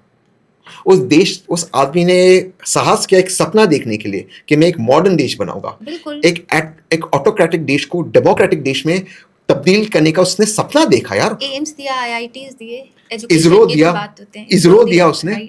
उस आदमी को सलाम करना चाहिए, उसके सामने नतमस्तक होना चाहिए। आप उसको गाली देते हो, आपकी औकात है उसको गाली देने की? गलती कौन नहीं करता? गलती उन्होंने भी की। Vision is always 2020 in hindsight. उन्होंने भी गलती की, मोदी सर ने भी गलती की, मनमोहन सिंह सर ने भी गलती की, वाजपेयी सर ने भी की, राजीव जी ने भी की। गलती कौन व्यक्ति नहीं करता? अगर हम गलती नहीं करते तो हम परफेक्ट नहीं होते। नोटबंदी गलती थी, लेकिन हम मोदी सर को देशद्रोही नहीं बोलते। आप जिस तरह का आरोप लगा रहे हो नेहरू जी पे, उस आदमी ने इस देश को लोकतंत्र दिया वहां पर जो हमारे पूरे ज्योग्राफी में कहाँ लोकतंत्र है या मजबूत लोकतंत्र है? पाकिस्तान देख लीजिए, बांग्लादेश देख लीजिए, नेपाल देख लीजिए, श्रीलंका देख लीजिए, भूटान देख लीजिए, म्यांमार देख लीजिए। इस ज्योग्राफी में उस आदमी ने आपको डेमोक्रेसी दी है। विंस्टन चर्चिल ने कहा कि the Indian union will break up, UK was the first to leave the European Union. आज भी भारत अखंड है और किसी के बाप की हिम्मत नहीं भारत पे आंख उठाए। और उस नेहरू को आप गाली देते हो, शर्म आनी चाहिए आपको। बिल्कुल बिल्कुल ठीक कह रहे हैं। पर फिर देखो कांग्रेस ही नेहरू को डिफेंड नहीं करती, कांग्रेस ही नहीं करती जी। लेकिन कांग्रेस तो फिर भी, मतलब मैं पहले भी पॉडकास्ट पे बोल चुकी हूँ और मुझे काफ़ी कमेंट्स में आ गए, मैं I am a big fan of Rahul Gandhi. और बहुत पहले से, मैंने 2 साल पहले भी पॉडकास्ट बोला, जब मैं आई थी मैंने पॉडकास्ट स्टार्ट किया था। और मुझे काफ़ी कमेंट सेक्शन में, आपको पता है कैसे बोला जाता है अगर हम बोलते हैं हम कांग्रेस के फ़ैन हैं और ऐसे ऐसे, बट स्टिल मैं उसको खुल के बोलती हूँ। और मैं चाहती हूँ कि राहुल गांधी जी आएँ और एक बार हमारी कंट्री देखे कि किस तरीके से एक पढ़ा लिखा आदमी जिसका विजन इतना स्ट्रांग है, जिसकी फैमिली, जिसके ब्लड में, डीएनए में है पॉलिटिक्स, अब लाकर तो देखिए। अब आई डोंट नो मैं एंटी नेशनल साउंड कर रही हूँ या क्या कर रही हूँ, लेकिन मैं एक चीज़ कहना चाहता हूँ, मैं एक चीज़ से आपके एग्री नहीं करता हूँ। बात क्षमता के, उसके उनके बैकग्राउंड से कोई मतलब नहीं। मैं जेन्युइनली कह रहा हूँ। मैं इसलिए कह रहा हूँ क्योंकि मोदी जी के भी कुछ अच्छे क्वालिटीज़ हैं और उन क्वालिटीज़ को हमें सराहना चाहिए। बट हाँ, इस वक्त जो स्पाइरलिंग डाउन हो रहा है वो गलत हो रहा है और इसके बारे में उनको देखना होगा और मोदी सर को देखना होगा। जो राहुल गांधी जी, आप कहते हो कि आप राहुल गांधी जी की फ़ैन हो और ये बहुत अच्छी बात है। और राहुल जी ने मेहनत की, इसलिए कांग्रेस आज 100-101 सीटों पर है। राहुल जी के इर्द गिर्द जो लोग हैं, मुझे ये लगता है कि राहुल जी को लेट डाउन कर रहे हैं। Okay, I feel that. Okay. क्योंकि राहुल जी को इस वक्त देश में होकर इन चीज़ों को उठाना चाहिए। हाँ राइट, ये मैंने भी कहा कि ऑपोजिशन क्यों नहीं आ रहा यूथ का और साथ राहुल जी देने। मेहनत करने को तैयार है, जी, बट आपको सड़क जो पे हम उतर देख रहे हैं। हाँ बट आपको सड़क पे उतर उनको उनकी टीम को उतरना होगा, जो उनके एडवाइजर्स है, राज्यसभा के जो उनके एमपीज है, उनको अब सड़क पे उतरना होगा और लोकतांत्रिक तरीके से, गांधी के तरीके से आपको बात करनी होगी। देखिए, आपको समझना होगा, हमारा देश आज़ाद हुआ एक मूवमेंट पर। सरफरोशी की तमन्ना अब मेरे दिल में है, इससे हम आज़ाद हुए। वंदे मातरम के नारे लगाते लगाते हम आज़ाद हुए। जी ये एक रेवोल्यूशनरी देश है। ये देश बना एक ऐसे रेवोल्यूशन से जहाँ पे जिन लोगों ने जुल्म किया, हमने गांधी के रास्ते पे चलते हैं, बिना हिंसा के उनको कहा बाहर जाओ। जी आप जानते हो, मेरे दादाजी गांधी जी के साथी थे। अच्छा उन पे ओके गोली चली थी। ओके हाँ, उनको जी। गोली लगी थी। गोडसे और आप्टे ने, आपको मैं एक कहानी बताता हूँ। हम्म, गोडसे और आप्टे ने गांधी जी को जो शहीद किया हम्म, 30 जनवरी को, हम्म, वो पहला अटेम्प्ट नहीं था। इसके ओके पहले गांधी जी पे 4 अटेम्प्ट हुए थे। वो ओके 5 या 3 अटेम्प्ट हुए, चौथा अटेम्प्ट था, जो भी है, वो हम्म, पहले अटेम्प्ट हो चुके थे। उसमें से एक अटेम्प्ट में मेरे दादाजी थे गांधी जी के साथ। तो ओके गोली गांधी जी को मिस किया और मेरे दादा को स्क्रेप कर दी गई। ओके उनके साथ जेल में थे। अच्छा ओके, बिकॉज मैं चाहती हूँ कि जब हम वो स्टोरी पढ़ें तो हम जाने कि वो नहीं, आपके दादाजी थे। हाँ, हम्म, तो उनके साथ ही थे। जी अभी हम आगे बढ़ते हैं, जैसे हम एजुकेशन पे बात कर रहे हैं। अभी हमने 2015 में भी देखा था, अनाउंस हुआ था दरभंगा में एम्स बनाया जाएगा, और उसके बाद 2020 तक आते आते हमने देखा कि भाई 1264 करोड़ का बजट पास हो चुका है। कुछ तब तक 5 साल में कुछ नहीं हुआ। Now we are in 2026 July, और अब तक 700 करोड़ का बजट और पास हो गया, तो टोटल बजट अप्रॉक्सीमेटली 2000 करोड़ के आसपास बैठ गया। लेकिन जब हम विजुअल्स देखते हैं तो वहाँ पे हमें क्या दिखता है, जैसे आपने कहा, सिर्फ एक पिलर। तो ऐसा क्या है, आपको क्या लगता है कि ये 11 साल का विलन कौन है कि बजट 2000 करोड़ का पास हो गया, बट आज भी वो एम सिर्फ सपनों में ही है बिहार वालों के?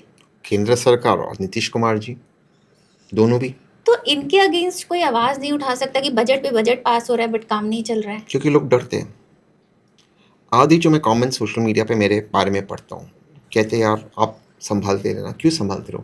जब मैंने राज ठाकरे को टेक ऑन किया था महाराष्ट्र में, राज ठाकरे जी के कार्यकर्ता आम आदमी को मारते थे क्योंकि उनको मराठी बोलना नहीं था। मैं हाँ, स्वयं महाराष्ट्र जी से हूँ, जी मी पण एक मराठीच माणूस आहे. ओके, हो, मला मराठी येते बोलायला. क्या मी बात है. हो, माझं मी महाराष्ट्राचं आहे, तर मला तर येतेच ना मराठी बोलायला, आणि मी फ्लुएंट मराठी बोलू शकतो, त्यात काही प्रॉब्लेम नाही. ओके प्रॉब्लम ये है कि अगर आप महाराष्ट्र में रहते, आपको लोकल लैंग्वेज सीखना अच्छी बात है, लेकिन मराठी मेरी माँ है। किसने अधिकार दिया राज ठाकरे जी को कि मेरी माँ के नाम पे लोगों को मारे? राइट इनफैक्ट हिंदी मेरी दूसरी लैंग्वेज है, मराठी मेरी फर्स्ट लैंग्वेज है. Okay, you are from Maharashtra हो, ओनली? मी पुणेच आहे. ओके तो इनफैक्ट जब मैं दिल्ली आया तो जैसे बहुत सारी ऐसी चीज़ है कि हिंदी और और हिंदी और मराठी में कुछ शब्द सेम नहीं होते. जी तो हम मराठी शब्दों का, जैसे यहाँ पे कहा जाता है विधायक, हम पुणे महाराष्ट्र में कहते हैं आमदार. तो अच्छा. बात करते करते टीवी कहते थे आमदार, और एंकर कहते वो क्या होता है, क्योंकि आप बोल रहे हो हिंदी में बट आपकी है मराठी फर्स्ट लैंग्वेज. तो मैं एक एग्जाम्पल दे रहा हूँ, तो ऐसे शब्द निकल जी, जाते जी. थे. किसी ने तो मुझे नहीं मारा ना, हम्म, मुझे भी हिंदी भी मेरी माँ की तरह ही है, बट किसी को बोलना नहीं आता तब उसको मार रहे हो. चलो मैं बोलता हूँ कि राज ठाकरे जी मारते हैं इन लोगों को, गरीब लोगों को, कमज़ोर लोगों को. जब राज ठाकरे के बच्चे एलीट लोगों के साथ पार्टी करते हैं, हम्म, तब वहाँ क्यों नहीं मारते उनको? वो कौन से मराठी में बात करते हैं? आपको एक चीज़ बताता हूँ, अमिताभ जी. बच्चन भी पलायन करते गए थे महाराष्ट्र में. हम्म, अमिताभ बच्चन को मारते हो? नहीं, उन्हें भी शाहरुख मराठी खान, नहीं आती बिल्कुल. शाहरुख खान साहब भी पलायन करते गए थे, हम्म, उनको आप मारते हो? और मारना भी नहीं चाहिए किसी को नहीं. तो फिर आप गरीब और कमज़ोर को क्यों मारते हो? मान लो इलॉन मस्क एक फैक्ट्री लगा रहे हैं, क्या आप इलॉन मस्क को भी मारोगे, बोलेगे मराठी नहीं आता तो हम फैक्ट्री नहीं लगाओगे? जी, ये आप महाराष्ट्र में नहीं रह सकते. ये कौन? काफी हाँ तो ये controversy मतलब आप आई उन्हीं थी. को मार रहे हो जो गरीब है, कमज़ोर है. बाकी लोगों को मारने में आप में हिम्मत नहीं है, और मारना भी नहीं चाहिए, किसी को नहीं मारना चाहिए. जी आप उनके साथ पार्टी करते हो और दूसरों को पिटवाते हो. ये किसने आपको अधिकार दिया? बिल्कुल. राज ठाकरे जी ने जो किया महाराष्ट्र में टेरिबल. किसने उनको अधिकार दिया ये करने का? तो जब मैं ये सब बातें करता था तो लोग मुझे तब भी कहते और आज भी कहते कि आपको बचना चाहिए। क्यों डरूं मैं? राज ठाकरे जी की अचीवमेंट क्या है? राज ठाकरे जी ने कौन से मराठी मानुस के लिए कुछ किया है? जब आदरणीय राज ठाकरे जी, उद्धव ठाकरे जी बीमार गिरते, उनके परिवार ने बीएमसी को 20 सालों तक चलाया।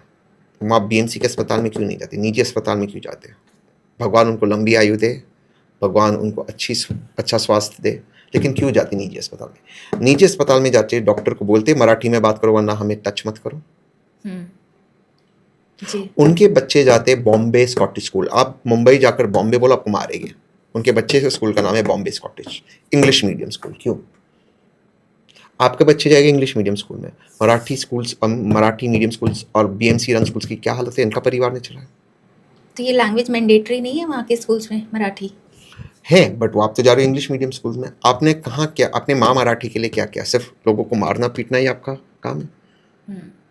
मैं यही कह रहा हूँ कि इस देश में ये जो माहौल बना है कि आप किसी को भी मारो, किसी को भी पीटो, ये बंद होना चाहिए। जी, यही तो बात है ना, जो हम बात करें एंटी नेशनल, तो अब हम इसी से एक बात को आगे बढ़ाते हैं कि जैसे हमने देखा कि बहुत इजीली ईडी और सीबीआई के छापे पड़ जाते हैं लोगों पे जो भी हमारी गवर्नमेंट के अगेंस्ट बात करता है। केजरीवाल जी को हमने देखा पूरी तरीके से फंसते हुए। हमें फैक्ट्स नहीं पता, बट जो सोशल मीडिया के थ्रू हमने जो भी रिसर्चेज हुई हैं उनको देखा है। तो अभी रिसेंटली हमने देखा शेखर सुमन जी हैं, वो काफ़ी कुछ अपने शो पे गवर्नमेंट के अगेंस्ट बोल रहे हैं। तो उनके जो फ्रेंड है जिनकी प्रोडक्शन कंपनी है, उनके ऊपर ईडी की रेड पड़ गई। तो इस तरीके से गवर्नमेंट क्यों एक डेमोक्रेटिक वर्ड को मतलब एक वो बना रही है, हिटलर राज बनाना चाह रही है, और उसके अगेंस्ट ना विपक्ष कुछ कर पा रहा है और कोई भी कुछ नहीं कर पा रहा है। क्योंकि गवर्नमेंट को लगता है कि वो हमें डराएगी और हम डरेंगे, और लोग को डर भी ऑब्वियसली, गए और हैं, लोग मुझे को लगता है। हाँ, लोग डर भी रहे। क्योंकि जब बड़े बड़े नेता जेल जा सकते हैं, तो आप ये देखिए केजरीवाल जी हो गए या मनीष सिसोदिया जी हो गए, पावर में रहते हुए जेल चले गए, तो आम जनता तो कुछ भी नहीं कर सकती। इसीलिए मैं कह रहा हूँ कि इन सभी अफसरों को सोचना चाहिए। आपकी वफादारी भारत के संविधान की तरफ होनी चाहिए, वी द पीपल की तरफ होनी चाहिए, ना कि किसी नेताओं की तरफ। ये बड़े अफसर है, आईएएस है, आईपीएस है, आईआरएस है। कभी तो जाकर सोचते हो, कभी तो आपको आँख से आँख मिलाने होगे खुद से। क्या कर रहे हो आप? किसी और की ज़िंदगी बर्बाद कर रहे हो क्योंकि सरकार ने आपको आदेश दिया। ये क्या सही है? सवाल यहाँ पे उठता है उन अफसरों को। अगर एक अफसर ने मना कर दिया कि मैं गलत रेड नहीं करूँगा, क्या होगा? आप सस्पेंड तो नहीं हो सकते, आप आईएएस आईपीएस हो, ट्रांसफर ही होगा, उससे ज़्यादा क्या होगा? पर आप उस ट्रांसफर से इतना डरते हो कि आप सरकार की इलेजिटिमेट और इलीगल बातें मानते हो। जी। सवाल यहाँ पर उठता है। मैं नेताओं को क्यों दोष दूँ? नेता तो वही करेंगे सत्ता में रहने के लिए, साम दाम दंड भेंट। ये क्यों सुन रहे? मत सुनो। जी। जुडिशरी से सवाल पूछो, आप बेल क्यों नहीं दे रहे? आप बेल नहीं दे रहे, आदमी महीने के महीने जेल में रह रहा है। क्या ये सही है? सरकार अपने आप को शासन में रखने के लिए उनको जो करना वो करेगी, ठीक है, पर जिस संविधान की रक्षा करने के लिए आपको बताया गया है, आप उसके बारे में क्या कर रहे हो? सवाल वहां पे उठते हैं। क्योंकि एक डेमोक्रेटिक कंट्री को हिटलर राज बना दिया गया है, जो अब नहीं लोगों से सहन हो रहा है और लोग आ रहे हैं सड़कों पे। वही बात है। अब जैसे आप E20 के अगेंस्ट खड़े हैं, पॉलिसी के अगेंस्ट, तो विच इज़ वेरी गुड कि कोई तो है जो प्रोटेस्ट कर रहा है, बात कर रहा है। नहीं तो गाड़ियों पे गाड़ियां खराब हो रही हैं, सोशल मीडिया पे बातें आ रही हैं, गवर्नमेंट चुपचाप बैठी है। चुपचाप नहीं, टॉक्सिक बनते हमें कह रहे कि आप सबूत लाओ। ये दिक्कत हो गई है। राइट, सबूत लाएंगे तो आई डाउट कि एक्सेप्ट करेंगे वो। सरकार ये कह रही है कि अडल्ट्रेटेड फ्यूल है, एथेनॉल नहीं। तो भाई अडल्ट्रेटेड फ्यूल कौन डाल रहा है वो बता दो। आप डाल रहे हैं, बिल्कुल। और पेट्रोल जैसे बोला जा रहा है कि आपको दोनों ऑप्शंस हैं, E20 लीजिए या नॉर्मल पेट्रोल लीजिए, लेकिन सारे पेट्रोल पंप्स पे तो फैसिलिटी है ही नहीं। और 165 से 170 रुपया, तो आप E10 दे दीजिए, तीसरा दे दीजिए। जी।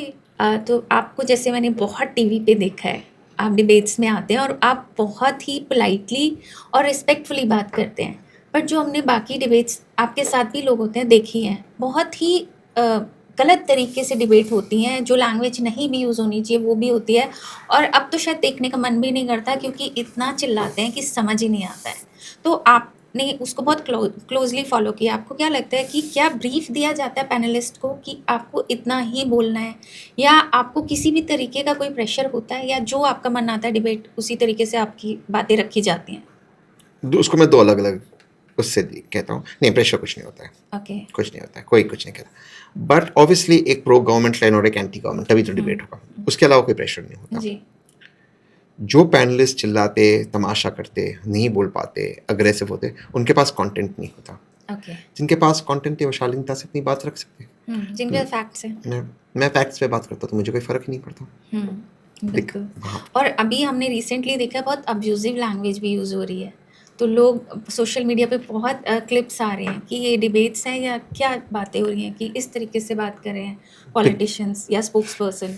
बिकॉज कंटेंट नहीं है, मेहनत नहीं करनी है, दिक्कत वहाँ पे है। गाली गलौज करो, तुच्छपने से बात करो, मुझे लगता है गलत है। बिल्कुल गलत है, सुनने वाले को भी नहीं अच्छा लग रहा, हम और जनता को भी पसंद नहीं आ रहा इसलिए टीवी अपनी व्यूअरशिप खो रही है, है। इसलिए लोग पॉडकास्ट देख रहे हैं, इसलिए लोग सोशल मीडिया की तरफ जा रहे हैं। लोगों को नहीं दिखना है। जी, क्योंकि हम पॉडकास्ट के थ्रू एक जो रॉ आपकी आइडियोलॉजी है, जो आप कहना चाहते हैं, हम उसको जान पा रहे हैं। एग्जैक्टली, जी दैट्स द इशू। तो ये सारी चीज़ें ऐसे हो रही है। करेक्ट। अब एक क्वेश्चन मैं आपसे पर्सनल करना चाहूँगी, स्टिल आपकी पर्सनल लाइफ से जुड़ा है। आपके ब्रदर हैं शहजाद पूनावाला, वो बीजेपी के स्पोक्स पर्सन है, आई मीन वो, और आप कंप्लीटली कहीं ना कांग्रेस। कहीं कांग्रेस की तरफ आप डिवोटेड हैं, मैं उन्हीं को और वोट करता उन्हीं हूँ। को आप वोट भी करते हैं और सपोर्ट भी करते हैं। तो एक फैमिली में रहते हुए दो आइडियोलॉजी कैसे? क्यों नहीं हो सकती? नहीं, ये बिल्कुल डेमोक्रेसी। हो सकती हैं, डेमोक्रेटिक वर्ड है, बट स्टिल मतलब ऐसा मैं आपसे जानना चाहूँगी कि आप उनके व्यू पॉइंट से सहमत होते हैं, वो आपके होते हैं, कि क्या बात होती है कि भाई मैं इधर हूँ तू इधर है, उनको क्या पसंद है बीजेपी में और आपको कांग्रेस में? मुझे नहीं पता उनको क्या पसंद है बीजेपी में, मुझे लगता है उनको प्राइम मिनिस्टर और अमित शाह जी पसंद है, ओके। और जो बीजेपी के प्रोग्राम्स है। हम्म। मुझे क्या पसंद है बीजेपी में या कांग्रेस में? अब फर्स्ट कांग्रेस जिसको आप सपोर्ट करते हैं। मुझे नेहरू जी की कांग्रेस पसंद है, गांधी जी की, मौलाना आज़ाद की कांग्रेस, वल्लभ भाई पटेल की कांग्रेस। जो कांग्रेस एक बड़ी टेंट थी जिसके अंदर सारे पॉइंट्स ऑफ व्यू के लिए एक जगह था। एक रुचि भी अपना पॉइंट ऑफ व्यू रख सकता था, एक सुमित भी रख सकता था, तहसीन भी रख सकता था। वो कांग्रेस मुझे पसंद है। कांग्रेस में एक फैक्टर था कि आप सब एक छत के नीचे हो और एक साथ रह सकते हैं, मुझे वो कांग्रेस पसंद है। और आपके डिसएग्रीमेंट्स हो सकते थे, गांधी जी और नेहरू जी के थे, नेहरू जी को पटेल जी के थे, पटेल जी और गांधी जी के थे, बट दोज डिसएग्रीमेंट्स को आप शांति से, शालीनता से, डेमोक्रेटिक प्रोसेस में हैंडल करते थे। क्या गलत था? गांधी जी और सुभाष चंद्र बोस के बीच में थे, okay.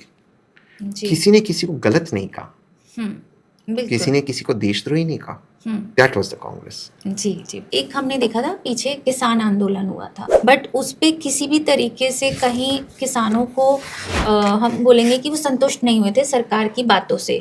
बहुत लंबे टाइम तक वो बैठे रहे, प्रोटेस्ट किया, बट हमारी गवर्नमेंट एज यू नो कि पहले खामोशी से फिर डराकर किसानों को हटा दिया गया कि आपकी मांगे पूरी की जाएंगी, बट शायद आज भी उन्हें एमएसपी तक नहीं दी जा रही है। नहीं, तो आपका क्या कहना है इस बारे में? आपको क्या लगता है? वर्तमान सरकार ने किसानों को धोखा दिया है, वर्तमान सरकार ने सभी को धोखा दिया है। हर व्यक्ति जो भारत का नागरिक है, उसको सरकार वो सारे वायदे जो सरकार ने करते, जो भाजपा के लोग करते सरकार में आए, उनको निभा नहीं पा रही है।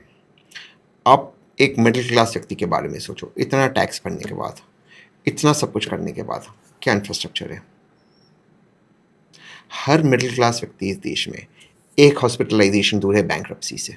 क्या दे रही है सरकार आपको? 5 किलो राशन, वो भी कार्बोहाइड्रेट्स। आज इस देश में हार्ट अटैक का पेंडेमिक है, कौन इस पे बातचीत कर रहा है? आज इस देश में कैंसर का पेंडेमिक है, कौन इस पे बातचीत कर रहा है? आज इस देश में पोल्यूशन की बहुत बड़ी समस्या है, कहाँ इस पे बातचीत हो रही है? यहाँ पर प्रॉब्लम है। ओके। और जो अभी दिल्ली की सीएम है, इनके बारे में क्या कहना चाहेंगे? इनके बारे में क्या कहूँ? She has no power, unfortunately. Power LG साहब के पास है, तो बेचारी जितना कर पाएगी वो करेगी। मतलब she is kind of a puppet, बोलना नहीं चाहिए, बट स्टिल। दिल्ली का कोई भी सीएम होगा, सीएम तो पीएमओ ही चलाएगा, दिल्ली पीएमओ ही चलाएगी, क्योंकि अब भाजपा की सरकार है, तो क्या मतलब है? बहुत कम ऐसे चीफ मिनिस्टर्स है भाजपा के जो पावरफुल चीफ मिनिस्टर्स है, जैसे योगी जी। आप उनसे इत्तेफाक रखो या ना रखो, अलग विषय है। मैं पावरफुल सीम्स देवेंद्र फडणवीस जी और हिमंता बिस्वा शर्मा जी, इन तीनों को छोड़ दो तो बाकी कौन? आपके आधे लोग बता नहीं पाएंगे कि मोहन यादव जी मध्य प्रदेश के चीफ मिनिस्टर है, जी। कौन है राजस्थान के चीफ मिनिस्टर, कौन है छत्तीसगढ़ के चीफ मिनिस्टर, आधे लोग नहीं बता पाएंगे। बिल्कुल प्रॉब्लम है। नहीं, योगी जी से तो मुझे लगता है जो लोग शायद बीजेपी के अगेंस्ट में भी खड़े हैं वो भी इत्तेफाक रखते हैं कि उन्होंने यूपी को बहुत सुधारा है और बहुत काम किया है। इतना क्राइम था यूपी में, काफ़ी हद तक उन्होंने उसको संभाल दिया है, वो तो हम लोग मानते हैं। अदरवाइज यूपी का क्राइम आप भी जानते हैं कि रहने लायक स्थिति खत्म होती जा रही थी। बिल्कुल, तो मैं ये कह रहा हूँ बहुत कम ऐसे मुख्यमंत्री जो पावरफुल है, तो भाजपा में 3 है, जैसे योगी जी, फडणवीस जी और हिमंत बिस्वा शर्मा जी। ऑपोजिशन, जैसे आपने सुना होगा कि ऑपोजिशन की तरफ से हमेशा एक बात आती है कि गुजराती मिलके हमारी कंट्री को चला रहे हैं, जो ऑपोजिशन की तरफ से बात आती है। आपका क्या कहना है इस बारे में? मैं एग्री नहीं करता हूँ इस बात से। ओके, लेकिन इसमें एक चीज़ तो है, जैसे अडानी जी थे, जब गवर्नमेंट आई थी 2014 में, तो अडानी जी 609 नंबर की रैंक पे थे वर्ल्ड वाइड, और आज सेकंड नंबर पे रिचेस्ट मैन है, तो कहीं ना कहीं कुछ तो हुआ है। फिर मैं उस चीज़ को डिनाई नहीं कर रहा हूँ, बट मैं ये कह रहा हूँ कि एक फेयर सिस्टम के अंदर कंपटीशन होना चाहिए, जिसके कारण जो भी कोई कॉन्ट्रैक्ट ले वो आगे ले, लेकिन केवल यहाँ पर हो रहा है ये बात भी ठीक नहीं है। अगर आप देखें तो जो जिन बाकी लोगों के बारे में जिक्र किया जाता है, वो लोग ने कब अपनी जर्नी शुरू की, वो लोगों को किसने कॉन्ट्रैक्ट दिया, तो कहने का अर्थ ये है कि इस हिपोक्रेसी में, इसमें प्रॉब्लम क्या होता है मैं बताऊं, जो ऑपोजिशन दो लोगों पे, दो बिजनेसमैन पे आरोप लगाती है, बट ऑपोजिशन सोल्यूशन नहीं देती है कि वो कैसे 100 बिजनेसमैन क्रिएट करेगी। राइट। मैं आपसे ये कह रहा हूँ कि जब इलॉन मस्क ट्रिलियनर बने तो बहुत सेलिब्रेशन हुआ, इंडिया में भी लोगों ने बात किया, सवाल उठे, जो भी था, बातचीत हुई। हम क्यों नहीं सोचते कि हम 10 इलॉन मस्क हमारे देश में बना सकते हैं? मैं ये चाहता हूँ कि इंस्टेड ऑफ अब्यूजिंग 2 पीपल, हम 1000 लोगों को अंबानी और अडानी बनाएं। बिल्कुल ठीक बात है। हर आदमी को पैसे वाला होना चाहिए, मेरा वो विजन है। मैं 2 लोगों के पीछे लगने से अच्छा 1000 दूसरे लोगों को बनाने के पीछे, मैं इस फिलॉसफी में मैं बिलीव करता हूँ। मैं बहुत क्लियर इस फिलॉसफी में। तो आपसे मैं क्वेश्चन पर्सनल लेवल पे पूछूंगी कि आप क्यों नहीं आते पावर में या पॉलिटिक्स में खुल के? आप एक पॉलिटिकल एनालिस्ट हैं, तो आप क्यों नहीं किसी सीट पे आते हैं और इस तरीके से आप जैसे जो अपना विजन बता रहे हैं, बहुत स्ट्रॉन्ग विजन है, मैं आपको बहुत फॉलो करती हूँ, और इसलिए मेरा मन था कि जब भी मैं पॉलिटिकल पॉडकास्ट करूँगी तो सबसे पहले आप आएंगे, और आप आए, और जो हमने अभी तक पॉडकास्ट किया बहुत ही ब्लंटली आपने बहुत क्लियर बातें बोली हैं बिना किसी से डरे। तो आप कब, हम आपको कब देखेंगे पॉलिटिक्स में? आप प्रमोट करो मुझे। मैं बिल्कुल करूँगी। मेरा कोई बड़ा बाप या दादा नहीं है पॉलिटिक्स बट में। आप अपने आप में इतनी बड़ी हस्ती हैं, तो कोशिश करिए। वक्त तो अभी देखो, मैं देश को कंट्रीब्यूट करना चाहता हूँ, कैसे मुझे नहीं पता, बट करना चाहता हूँ। तो देखते जो आगे आगे जैसा वक्त जो होगा वो देखिए उस पर, बट मैं कंट्रीब्यूट तो करना चाहता हूँ देश की तरफ। आप ऑलरेडी कर भी रहे हैं, और मैं वही चाहती हूँ कि आप अगर पावर में आके आप और बहुत पावर आई डोंट लाइक, मुझे लगता है मैं गवर्नेंस में आके, जैसे भी आप और तरीके से आए, गवर्नेंस में आए या आप पावर में आए, आप उस तरीके से आए और हमारी कंट्री को और सर्व करें, सो दैट कुछ तो भला हो देश का, वही कोशिश करनी है जी। तो अब मैं आपसे एक रैपिड फायर राउंड करना हैम्पर चाहूँगी। मिलेगा? हैम्पर तो मैं नहीं लाई, ऑलरेडी दिया ना आपने, रॉन्ग आंसर ऑलरेडी दिया है आपने। ऑलरेडी दिया है, बट वो तो एक token of love and respect था। बट फिर भी हैम्पर मिल गया, आपका लव और रिस्पेक्ट ही हैम्पर है जी, and I hope you like it. Done. जी, और वन वर्ड आंसर? जी, 1 वर्ड और 1 लाइनर। ठीक है। मोदी जी आपको कैसे नेता लगते हैं? डिसाइसिव। आपको क्यों लगता है कि वो कभी भी प्रेस कॉन्फ्रेंस नहीं करते? बिकॉज उन्होंने एक आर्ट को मास्टर कर दिया है कि वो अपनी बात रखे बिना सवाल लिए, उस चीज़ को उन्होंने मास्टर कर दिया और देश ने उसको एक्सेप्ट कर दिया। वो direct, I am not saying it's right और रॉन्ग, उसको गलत अन्यथा ना लेना, he is mastered the art कि उनकी कम्युनिकेशन हो जाए बिना सवाल लिए, तो he is mastered that art, इसलिए उनको करने की ज़रूरत नहीं है। Okay, I am not saying it's right, हाँ, don't get it wrong, got it, but got your point. वो आपका सवाल है वो क्यों नहीं कर रहे? जी, आपको लगता है कि जो हमारे इंडियन लॉज हैं उनको और स्ट्रिक्ट होने की जरूरत नहीं, है?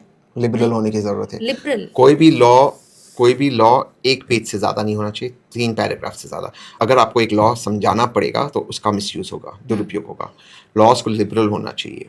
लेकिन हमारे देश में क्राइम के अगेंस्ट सजा ही नहीं मिलती, बहुत आसानी जुडिशियल रिफॉर्म्स की ज़रूरत है, पुलिस रिफॉर्म्स की, लॉज की नहीं। लॉज बहुत है, ओके जुडिशियल और पुलिस रिफॉर्म्स की ज़रूरत है। ओके, साइंटिफिक इन्वेस्टिगेशन हो, फोरेंसिक इन्वेस्टिगेशन हो, चार्जशीट जल्द से जल्द फाइल हो और जल्द से जल्द ट्रायल होते, कन्विक्शन हो, ये क्राइम को रोकेगा। laws should be liberal, however not being allowed to be misused. Policing should be strict, judiciary should be fair. That is how it should be. Okay. आप कभी ट्रोल हुए हैं? हाँ, बहुत होता हूँ। तो अभी किस हुआ, अभी मैं अभी देख रहा था कोई मुझे माँ बहन की गाली दे रहा था एथेनॉल पर। ओके। हाँ, बहुत मजा तो आता। करो ट्रोल। मैं स्टार हूँ, मुझे कोई फर्क नहीं पड़ता, आप जो बोलो। आप सूरज पे थूकोगे, थूक आपके ऊपर गिरेगी, और मैं नहीं चाहता आपकी थूक गिरे, वो भी गलत है। आई एम अ स्टार, मुझे कोई फर्क नहीं पड़ता। जी। I am shining and I shine bright. Will shine bright definitely. आप मुझसे आर्ग्यू कर रहे हो, मुझे कोई फर्क नहीं पड़ता। मैं तो चाहता हूँ कि आप भी स्टार बने, हम साथ में ही शाइन करें। मुझे गाली दीजिए, अगर आपको खुशी मिलती है वो खुश, मुझे क्या फर्क पड़ता है। जी। तो ये E20 से पहले भी कभी आपको ट्रोल किया गया? बहुत हुआ, बहुत होता है। ओके। कभी टीवी पे होता ही होता है, आपने ये कह दिया वो कह दिया। तो आप उसको इट मतलब is the right of people to troll. जब तक गाली नहीं देनी चाहिए, बट बिकॉज वो मैं I don't believe in that. But क्यों ट्रोल नहीं करे? हम एक डेमोक्रेटिक मुल्क में रहते, क्यों मुझसे सवाल नहीं पूछे? मैं क्या ऊपर हूँ सवालों से? मैं एक पब्लिक फिगर हूँ, सवाल मुझसे होनी चाहिए, लोगों को ट्रोल करना चाहिए, मेरा मजाक उड़ाना चाहिए, मेरी क्रिटिसिज्म होनी चाहिए। यही तो डेमोक्रेसी है, क्यों नहीं हो? मेरे लिए क्यों रूल अलग हो? बिल्कुल होना चाहिए, एंड आई एम ग्रेटफुल। जी। तो इससे आपको कुछ लगता है बेनिफिट भी होता है कि अगर लोग ट्रोल करेंगे तो मुझे मे कोई बी? फर्क नहीं पड़ता। आई एम जस्ट ग्रेटफुल कि वो कर रहे हैं। सिर्फ ये है कि डोंट वेस्ट योर टाइम, कोई प्रोडक्टिव चीज़ करो। मुझे गाली देकर आप अपना टाइम वेस्ट कर रहे हो, मुझे तो फर्क नहीं पड़ रहा, मैं अपना काम फिर भी करूँगा। आप अपने काम, आप आगे बढ़ो, मुझे ये लगता है। बट उनका राइट है, सवाल पूछना सबका राइट है। जी। ट्रोल करो, as long as it's decent, है क्या करना होना भी चाहिए। One myth about you that you want to break today? कि मैं एलीट हूँ, मैं बिल्कुल नहीं हूँ। ओके। मैं सुबह 4 बजे उठता हूँ, मैं दिन में एक बार खाता हूँ, मैं बहुत डिसिप्लिन लाइफ रहता हूँ। मैं बहुत बोरिंग व्यक्ति हूँ, मैं ना स्मोक करता हूँ ना ड्रिंक करता हूँ। मैं एक किताब 10 दिन में पढ़ता हूँ, मैं बहुत बोरिंग हूँ। मैं खुद से अकेले में बहुत खुश हूँ। बट डिसिप्लिन होना तो अपने आप में एलीट पर्सनालिटी है। नहीं, एलीट नहीं है, क्योंकि लोगों को लगता है कि मैं बहुत एलीट हूँ, आई एम ऑलवेज आउट। हाँ, ये चीज़ सही है कि जब मैं बाहर जाता हूँ I am full of energy, but I am equally at ease कि मैं अकेला हूँ। मुझे कोई फ़र्क नहीं पड़ता मैं एक 7 स्टार होटल में खाना खा रहा हूँ या एक ढाबे पे खा रहा हूँ, मुझे कोई फ़र्क नहीं पड़ता। मुझे दिन में एक बार खाना है, मुझे जहाँ खाना मिले मैं खाऊंगा। Okay. One meal a day. सिर्फ 1 मील अ डे। मुझे किसी चीज़ में कोई वो नहीं। हाँ, कुछ बेसिक चीज़ें मुझे पसंद है, जैसे थोड़ा सा हाइजीन। बियॉन्ड दैट मेरा कोई, मैं यहाँ तक कि मैंने अपनी ज़िंदगी में कोई प्रोडक्ट भी नहीं लगा अपने फेस पे। ओके। मैं पानी से मुँह धोता हूँ, जॉनसन्स बेबी शैम्पू यूज़ करता हूँ, नेचुरली मतलब जॉनसन्स बेबी शैम्पू से मुँह धोता हूँ, शेव करता हूँ, बस। मैं ना कोई, आई डू नथिंग। अब आप कॉम्प्लीमेंट्स तो आपको मिलते होंगे बहुत। हाँ, बट ये जो है कि एलीट हूँ नहीं, आई एम नॉट। मैं ज़मीन से जुड़ा हूँ। ओके। जैसे आप कभी ट्रोल भी होते हैं तो कभी आपका ऐसा मन हुआ कि पॉलिटिक्स को छोड़ देना नहीं। चाहिए, कुछ और करना चाहिए? नहीं, मैंने ज़िंदगी भर इस चीज़ का ख्वाब देखा है कि मैं ये करूँ, लोगों की आवाज़ बनूँ। ये मेरा सपना था। जब मैं जी। छोटा था ये चीज़ मैं कहता था, मैं इसमें बिलीव करता हूँ। मुझे, आई एम सो ग्रेटफुल कि मैं अपना सपना जी रहा हूँ। जब मैं छोटा था तो ऐसे, जब मेरे रूम में जो स्टडी टेबल था, मैं उसमें खेलता था कि मैं एमपी हूँ, मैं पार्लियामेंट में बैठा हूँ, मेरे बाजू में कोई एमपी बैठा है, यहाँ पर कोई एमपी बैठा है, मैं स्पीच दे रहा हूँ, मैं मिरर के सामने खड़े होते स्पीच देता था। वाओ। मैं विजुअलाइज करता था। I didn't know the word visualisation, but हाँ। जो खेलता था, लोग डॉक्टर खेलते, चोर पुलिस खेलते हैं, मैं खेलता था कि मुझे पीएम ने बुलाया, पीएम हाउस में आने वाले, एलओपी ने बुलाया, एलओपी हाउस में आने वाले, क्या स्पीच देना है, ये कर रहा हूँ। जब मैं बेड पे सोता था मैं विजुअलाइज करता था कि मैं ट्रेन में सोया हूँ, मैं कैंपेनिंग के लिए जा रहा हूँ। ये चीज़ें तब से विजुअलाइज करता था। I am living my dream, I will never be ungrateful for it. Okay, that's great. तो आपके फादर भी पॉलिटिकल नहीं, बैकग्राउंड से मैं थे? बहुत नहीं। सिंपल घर से आता हूँ। अच्छा। मेरे डैड एक्सपायर हो गए जब मैं 9th में था। ओह। मैं सेल्फ मेड हूँ। Okay, that's good. तो आपके फादर का मतलब क्या रीज़न था? Heart attack. ओके। बिकॉज़ आपने बताया आपके दादाजी पॉलिटिकल बैकग्राउंड से थे, नहीं, गांधी जी के पॉलिटिकल साथ बैकग्राउंड थे। से नहीं थे, गांधी जी के साथ थे। वो अच्छा। अलग बात है। वो एक पर अलग पॉलिटिक्स चीज़ नहीं है। किया। वो ओके। गांधी जी की सेवा करते थे, पॉलिटिक्स नहीं किया। उन्होंने कांग्रेस ज्वाइन नहीं किया, ओके। कोई उनका। हाँ, कांग्रेस को डोनेट किया था दादी ने हम्म। और उनकी वाइफ ने, दोनों ने। उनके ओके। 2 वाइफ थी, पहले वाइफ थी, फिर उसके बाद पहले दादी थी फिर वाइफ थी। तो उन्होंने कांग्रेस को डोनेट किया था, बट ये नहीं था। ओके। तो आप अपनी पर्सनल क्वेश्चन कर रही हूँ मैं आपसे, आप अपनी वाइफ से कैसे मिले देन? क्योंकि मैं वो पूरा पॉलिटिकल बैकग्राउंड ही है उनका हाँ, तो मैं उनसे मिला हाइट पे, बिकाजी कामा। ओके। उसकी मेरी कॉमन फ्रेंड है मुंबई की। मुझे उस दिन जाना था मनमोहन सिंह जी के घर, तब मनमोहन सिंह जी प्राइम मिनिस्टर थे। एक ब्रीफिंग था कि जो लोग टीवी पे जाते हैं, कांग्रेस की तरफ से बात करते हैं, नॉट कांग्रेस की तरफ से, गवर्नमेंट की तरफ से, गवर्नमेंट एक पॉलिसी ला रही थी। ओके। उसके ऊपर पीएम हाउस में नहीं, पीएमओ में एक ब्रीफिंग था कि ये लोग, क्योंकि हम कांग्रेस का मेंबर नहीं थे जी। वो मीटिंग जल्दी ख़त्म हो गई। उसके बाद मुझे उसके पहले दिन अपनी एक फ्रेंड को मिलना था जो मुंबई से आई थी, but I couldn't meet her क्योंकि मेरे कुछ कमिटमेंट्स थे। तो मैंने उसको फ़ोन किया कि कहाँ हो, मैं पीएमओ से बाहर निकला हूँ। तो उसने कहा कि मैं हायत पे हूँ, आ रहे तो आ जाओ। ठीक है। तो उसने कहा मेरे साथ मेरी एक फ्रेंड है। So I reached Hyatt. I didn't know कि when I met Monica I didn't know she was related to the, okay. मुझे पता ही नहीं था। तो वी वर फ्रेंड्स, बातचीत की, ये किए, and we became friends, and then we started dating and so on and love so at forth. First sight कह सकते हैं। हाँ, I found her hot. And attractive. Yeah, super hot. But we were not dating immediately. We were Okay. friends. I found her super hot. हाँ.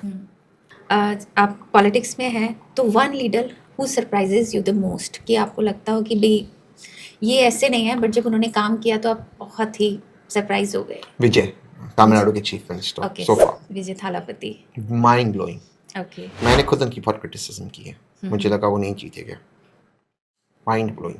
And he is doing fantastic. So far. हाँ, right. आपको क्या लगता है कि विपक्ष या opposition की सबसे बड़ी गलती क्या है? ऑल्टरनेटिव विजन नहीं दे रहे देश के लिए। सिर्फ ये कहना कि बीजेपी खराब है इससे आप नहीं जीतोगे। आप ऑल्टरनेटिव विजन देना होगा कि आप लोगों की ज़िंदगी में सुधार कैसे लाओगे। आपको बीजेपी के पिच पे नहीं खेलना, खुद के पिच पे खेलना है। आप 2029 में किसकी सरकार देखते हैं? I don't know because BJP current government is under a lot of pressure, but alternative जो विपक्ष है वो alternative बना नहीं पा रहा अब तक। 2029 को अभी समय है। आज अगर चुनाव हो, भाजपा की सीटें कम होगी बट भाजपा जीतेगी। लेकिन ये बदल सकता है कल सुबह अगर ऑपोजिशन सीरियसली जमीन पर आए। वर्तमान में फिर भी भाजपा जीत जाएगी, सीटें कम होगी क्योंकि लोग बहुत नाराज है। But will they trust the opposition? Opposition को एक चेहरा देना होगा, चाहे वो कोई भी हो, राहुल सर हो, प्रियंका मैम हो, अखिलेश सर हो, तेजस्वी हो, जो भी हो, एक चेहरा देना होगा उनको। उसके अलावा एक ऑल्टरनेटिव पॉलिसी देना होगी, वरना उसके बिना उसके आपको वोट नहीं मिलेगा। क्योंकि बहुत सारी जो फेंस सिटर्स है वो सोचते हो गए, वो नाराज़ हो गई भाजपा से, बट वो फिर यहाँ पर वोट नहीं दे रहे। तो उनको अगर आपके साइड लाने, आपको उनकी बातें रखनी होगी। या आज अगर चुनाव भाजपा जीतेगी कम सीटों से, बट ये बदल सकता है अगर विपक्ष जाग जाए, सड़क पे उतरे। अभी हैं 3 साल, मेहनत करनी होगी, बहुत मेहनत करनी होगी, और जीत सकते हैं ओके अगर मेहनत की तो। कैविएट है जी, विच आई होप हैपेंस। अगर आपको अपॉर्चुनिटी मिलती है कांग्रेस ज्वाइन करने की, बीजेपी ज्वाइन करने की? BJP never, no chance, okay, no chance, no chance, जी, but very clear, okay, no chance. और अपनी एक पार्टी बनाने की तो आप किस तरफ जाएंगे? आसान नहीं अपनी पार्टी बनाना क्योंकि पैसे लगते हैं, बट पता नहीं, देखते। I have not thought about that. Okay, मैंने उसके बारे में बट स्टिल फिर भी कांग्रेस और अपनी पार्टी बीजेपी तो हमने क्रॉस कर दिया, नेवर। जो भी हो भाजपा छोड़कर एनीथिंग Okay. Is okay. अपनी पार्टी भी ठीक है, कांग्रेस भी ठीक है, but not BJP. BJP is no, no chance. BJP बहुत जल्दी लेकिन ग्रैब कर लेती है। हाँ, राघव चड्ढा जी, अगर ईडी की रेड करा दे फिर मैं हाँ, करो, बट नहीं। राघव चड्ढा जी को जैसे बोला जा रहा है खरीदा गया है, उन्होंने कहा था बीजेपी में कभी नहीं। नहीं, आई डोंट नो। देखो, हर व्यक्ति पैसे के लिए नहीं जाता। Not that I M defending Raghav, क्या मुझे कोई फर्क पड़ता है, बट हर व्यक्ति पैसे के लिए नहीं जाता है। हाँ, कुछ होगा और वजह हो सकती है, बट हर व्यक्ति पैसे के लिए नहीं जाता। But also at the same time Bhajpa को सोचना चाहिए कि जिन लोगों को उन्होंने भ्रष्ट कहा था आज उनको ले आ रहे हैं। आप जानते हो हिमंता बिस्वा शर्मा जी के खिलाफ वाइट पेपर भाजपा ने निकाला था। आप जानते हो शुवेंदु अधिकारी जी को कैमरा पे पैसे लेते हुए इसकी आलोचना माननीय प्रधानमंत्री जी ने की थी जी। आज हिमंता बिस्वा शर्मा जी आसाम के मुख्यमंत्री, शुवेंदु अधिकारी जी वेस्ट बंगाल के मुख्यमंत्री। जी जी जी। सोचिए, जिन लोगों को भाजपा परिवारवादी कहती है उन्हीं को लेती है, और उसके बाद उनके ऊपर सारे केसेस खत्म कर दिए जाते हैं, विड्रॉ कर दिए जाते हैं। सोचिए, टीवी डिबेट्स होती हैं, टीआरपी है या रियलिटी है? टीआरपी। टीआरपी। कुछ डिबेट्स रियलिटी होते हैं, बट अधिकतर टीआरपी है। ओके, जो भारतीय राजनीति है आपको क्या लगता है उसमें आइडियोलॉजी खत्म हो चुकी है? Yes. सिर्फ एक दूसरे पे लांछन लगाना रह गया है पूरी तरह completely? से किसी की आइडियोलॉजी नहीं है, ओके, किसी की नहीं है।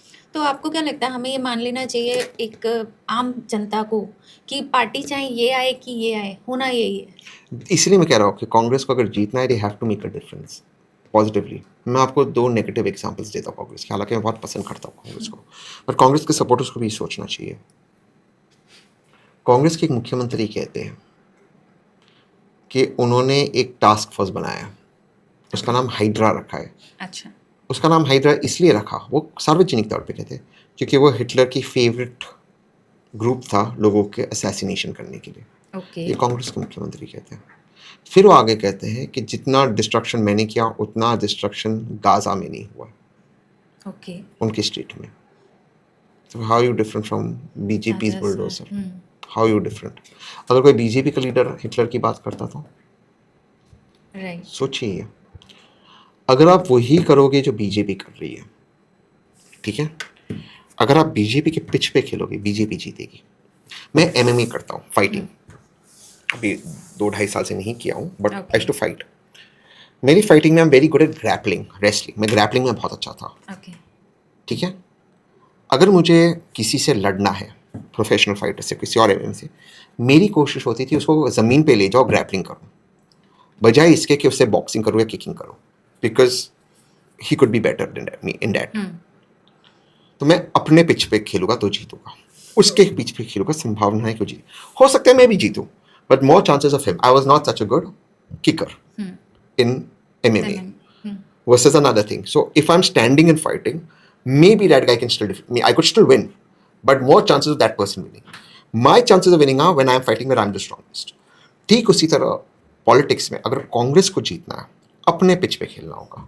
अगर आप भाजपा के पिच पे खेलोगे, आप वही करोगे जो भाजपा के लिए, पब्लिक के पास ए टीम या बी टीम को क्यों चूज करेगी? बिल्कुल सही बात है। आपके पिच पे खेलो, भाजपा को आपके पिच पे लाओ। एथेनॉल पे मैंने भाजपा को मेरे पिच पे लाया, मैं उनके पिच पे नहीं गया। करेक्ट। पेट्रोल तो हिंदू को भी लग रहा है, मुसलमान को भी लग रहा है, क्या करेंगे? अपने पिच पे खेलो, उनके पिच पे मत खेलो। बिल्कुल, I completely agree. One politician you would love to debate for 3 hours? Nirmala Sitharaman ma'am, क्योंकि मैं मानता हूँ फर्मली कि मैम की मिनिस्ट्री ने भारत की इकोनॉमी को रूइन कर दिया।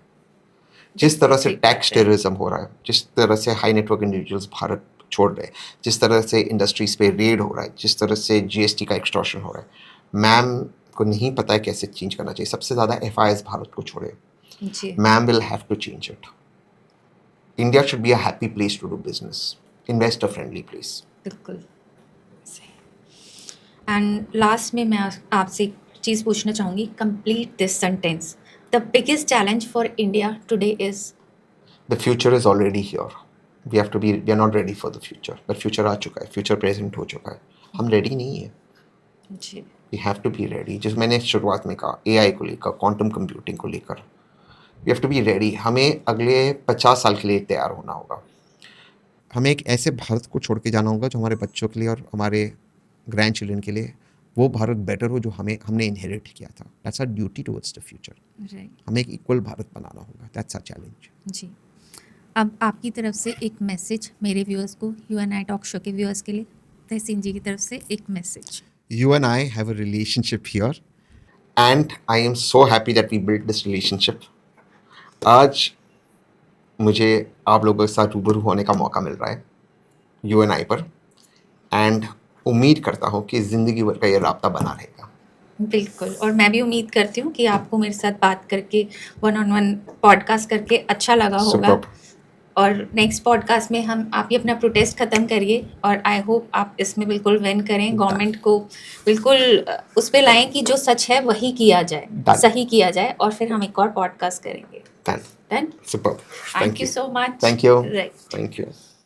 आई होप आपको हमारा आज का पॉडकास्ट बहुत अच्छा लगा होगा, बहुत इंसाइटफुल था, और तहसीन जी ने बहुत ही बेबाकी से और ब्लंटली हमारे क्वेश्चंस के आंसर दिए।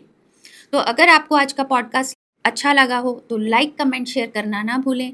अपने नियर डियर वंस के साथ भी शेयर करें। जल्दी ही मिलते हैं एक नए पॉडकास्ट में, तब तक के लिए जय हिंद।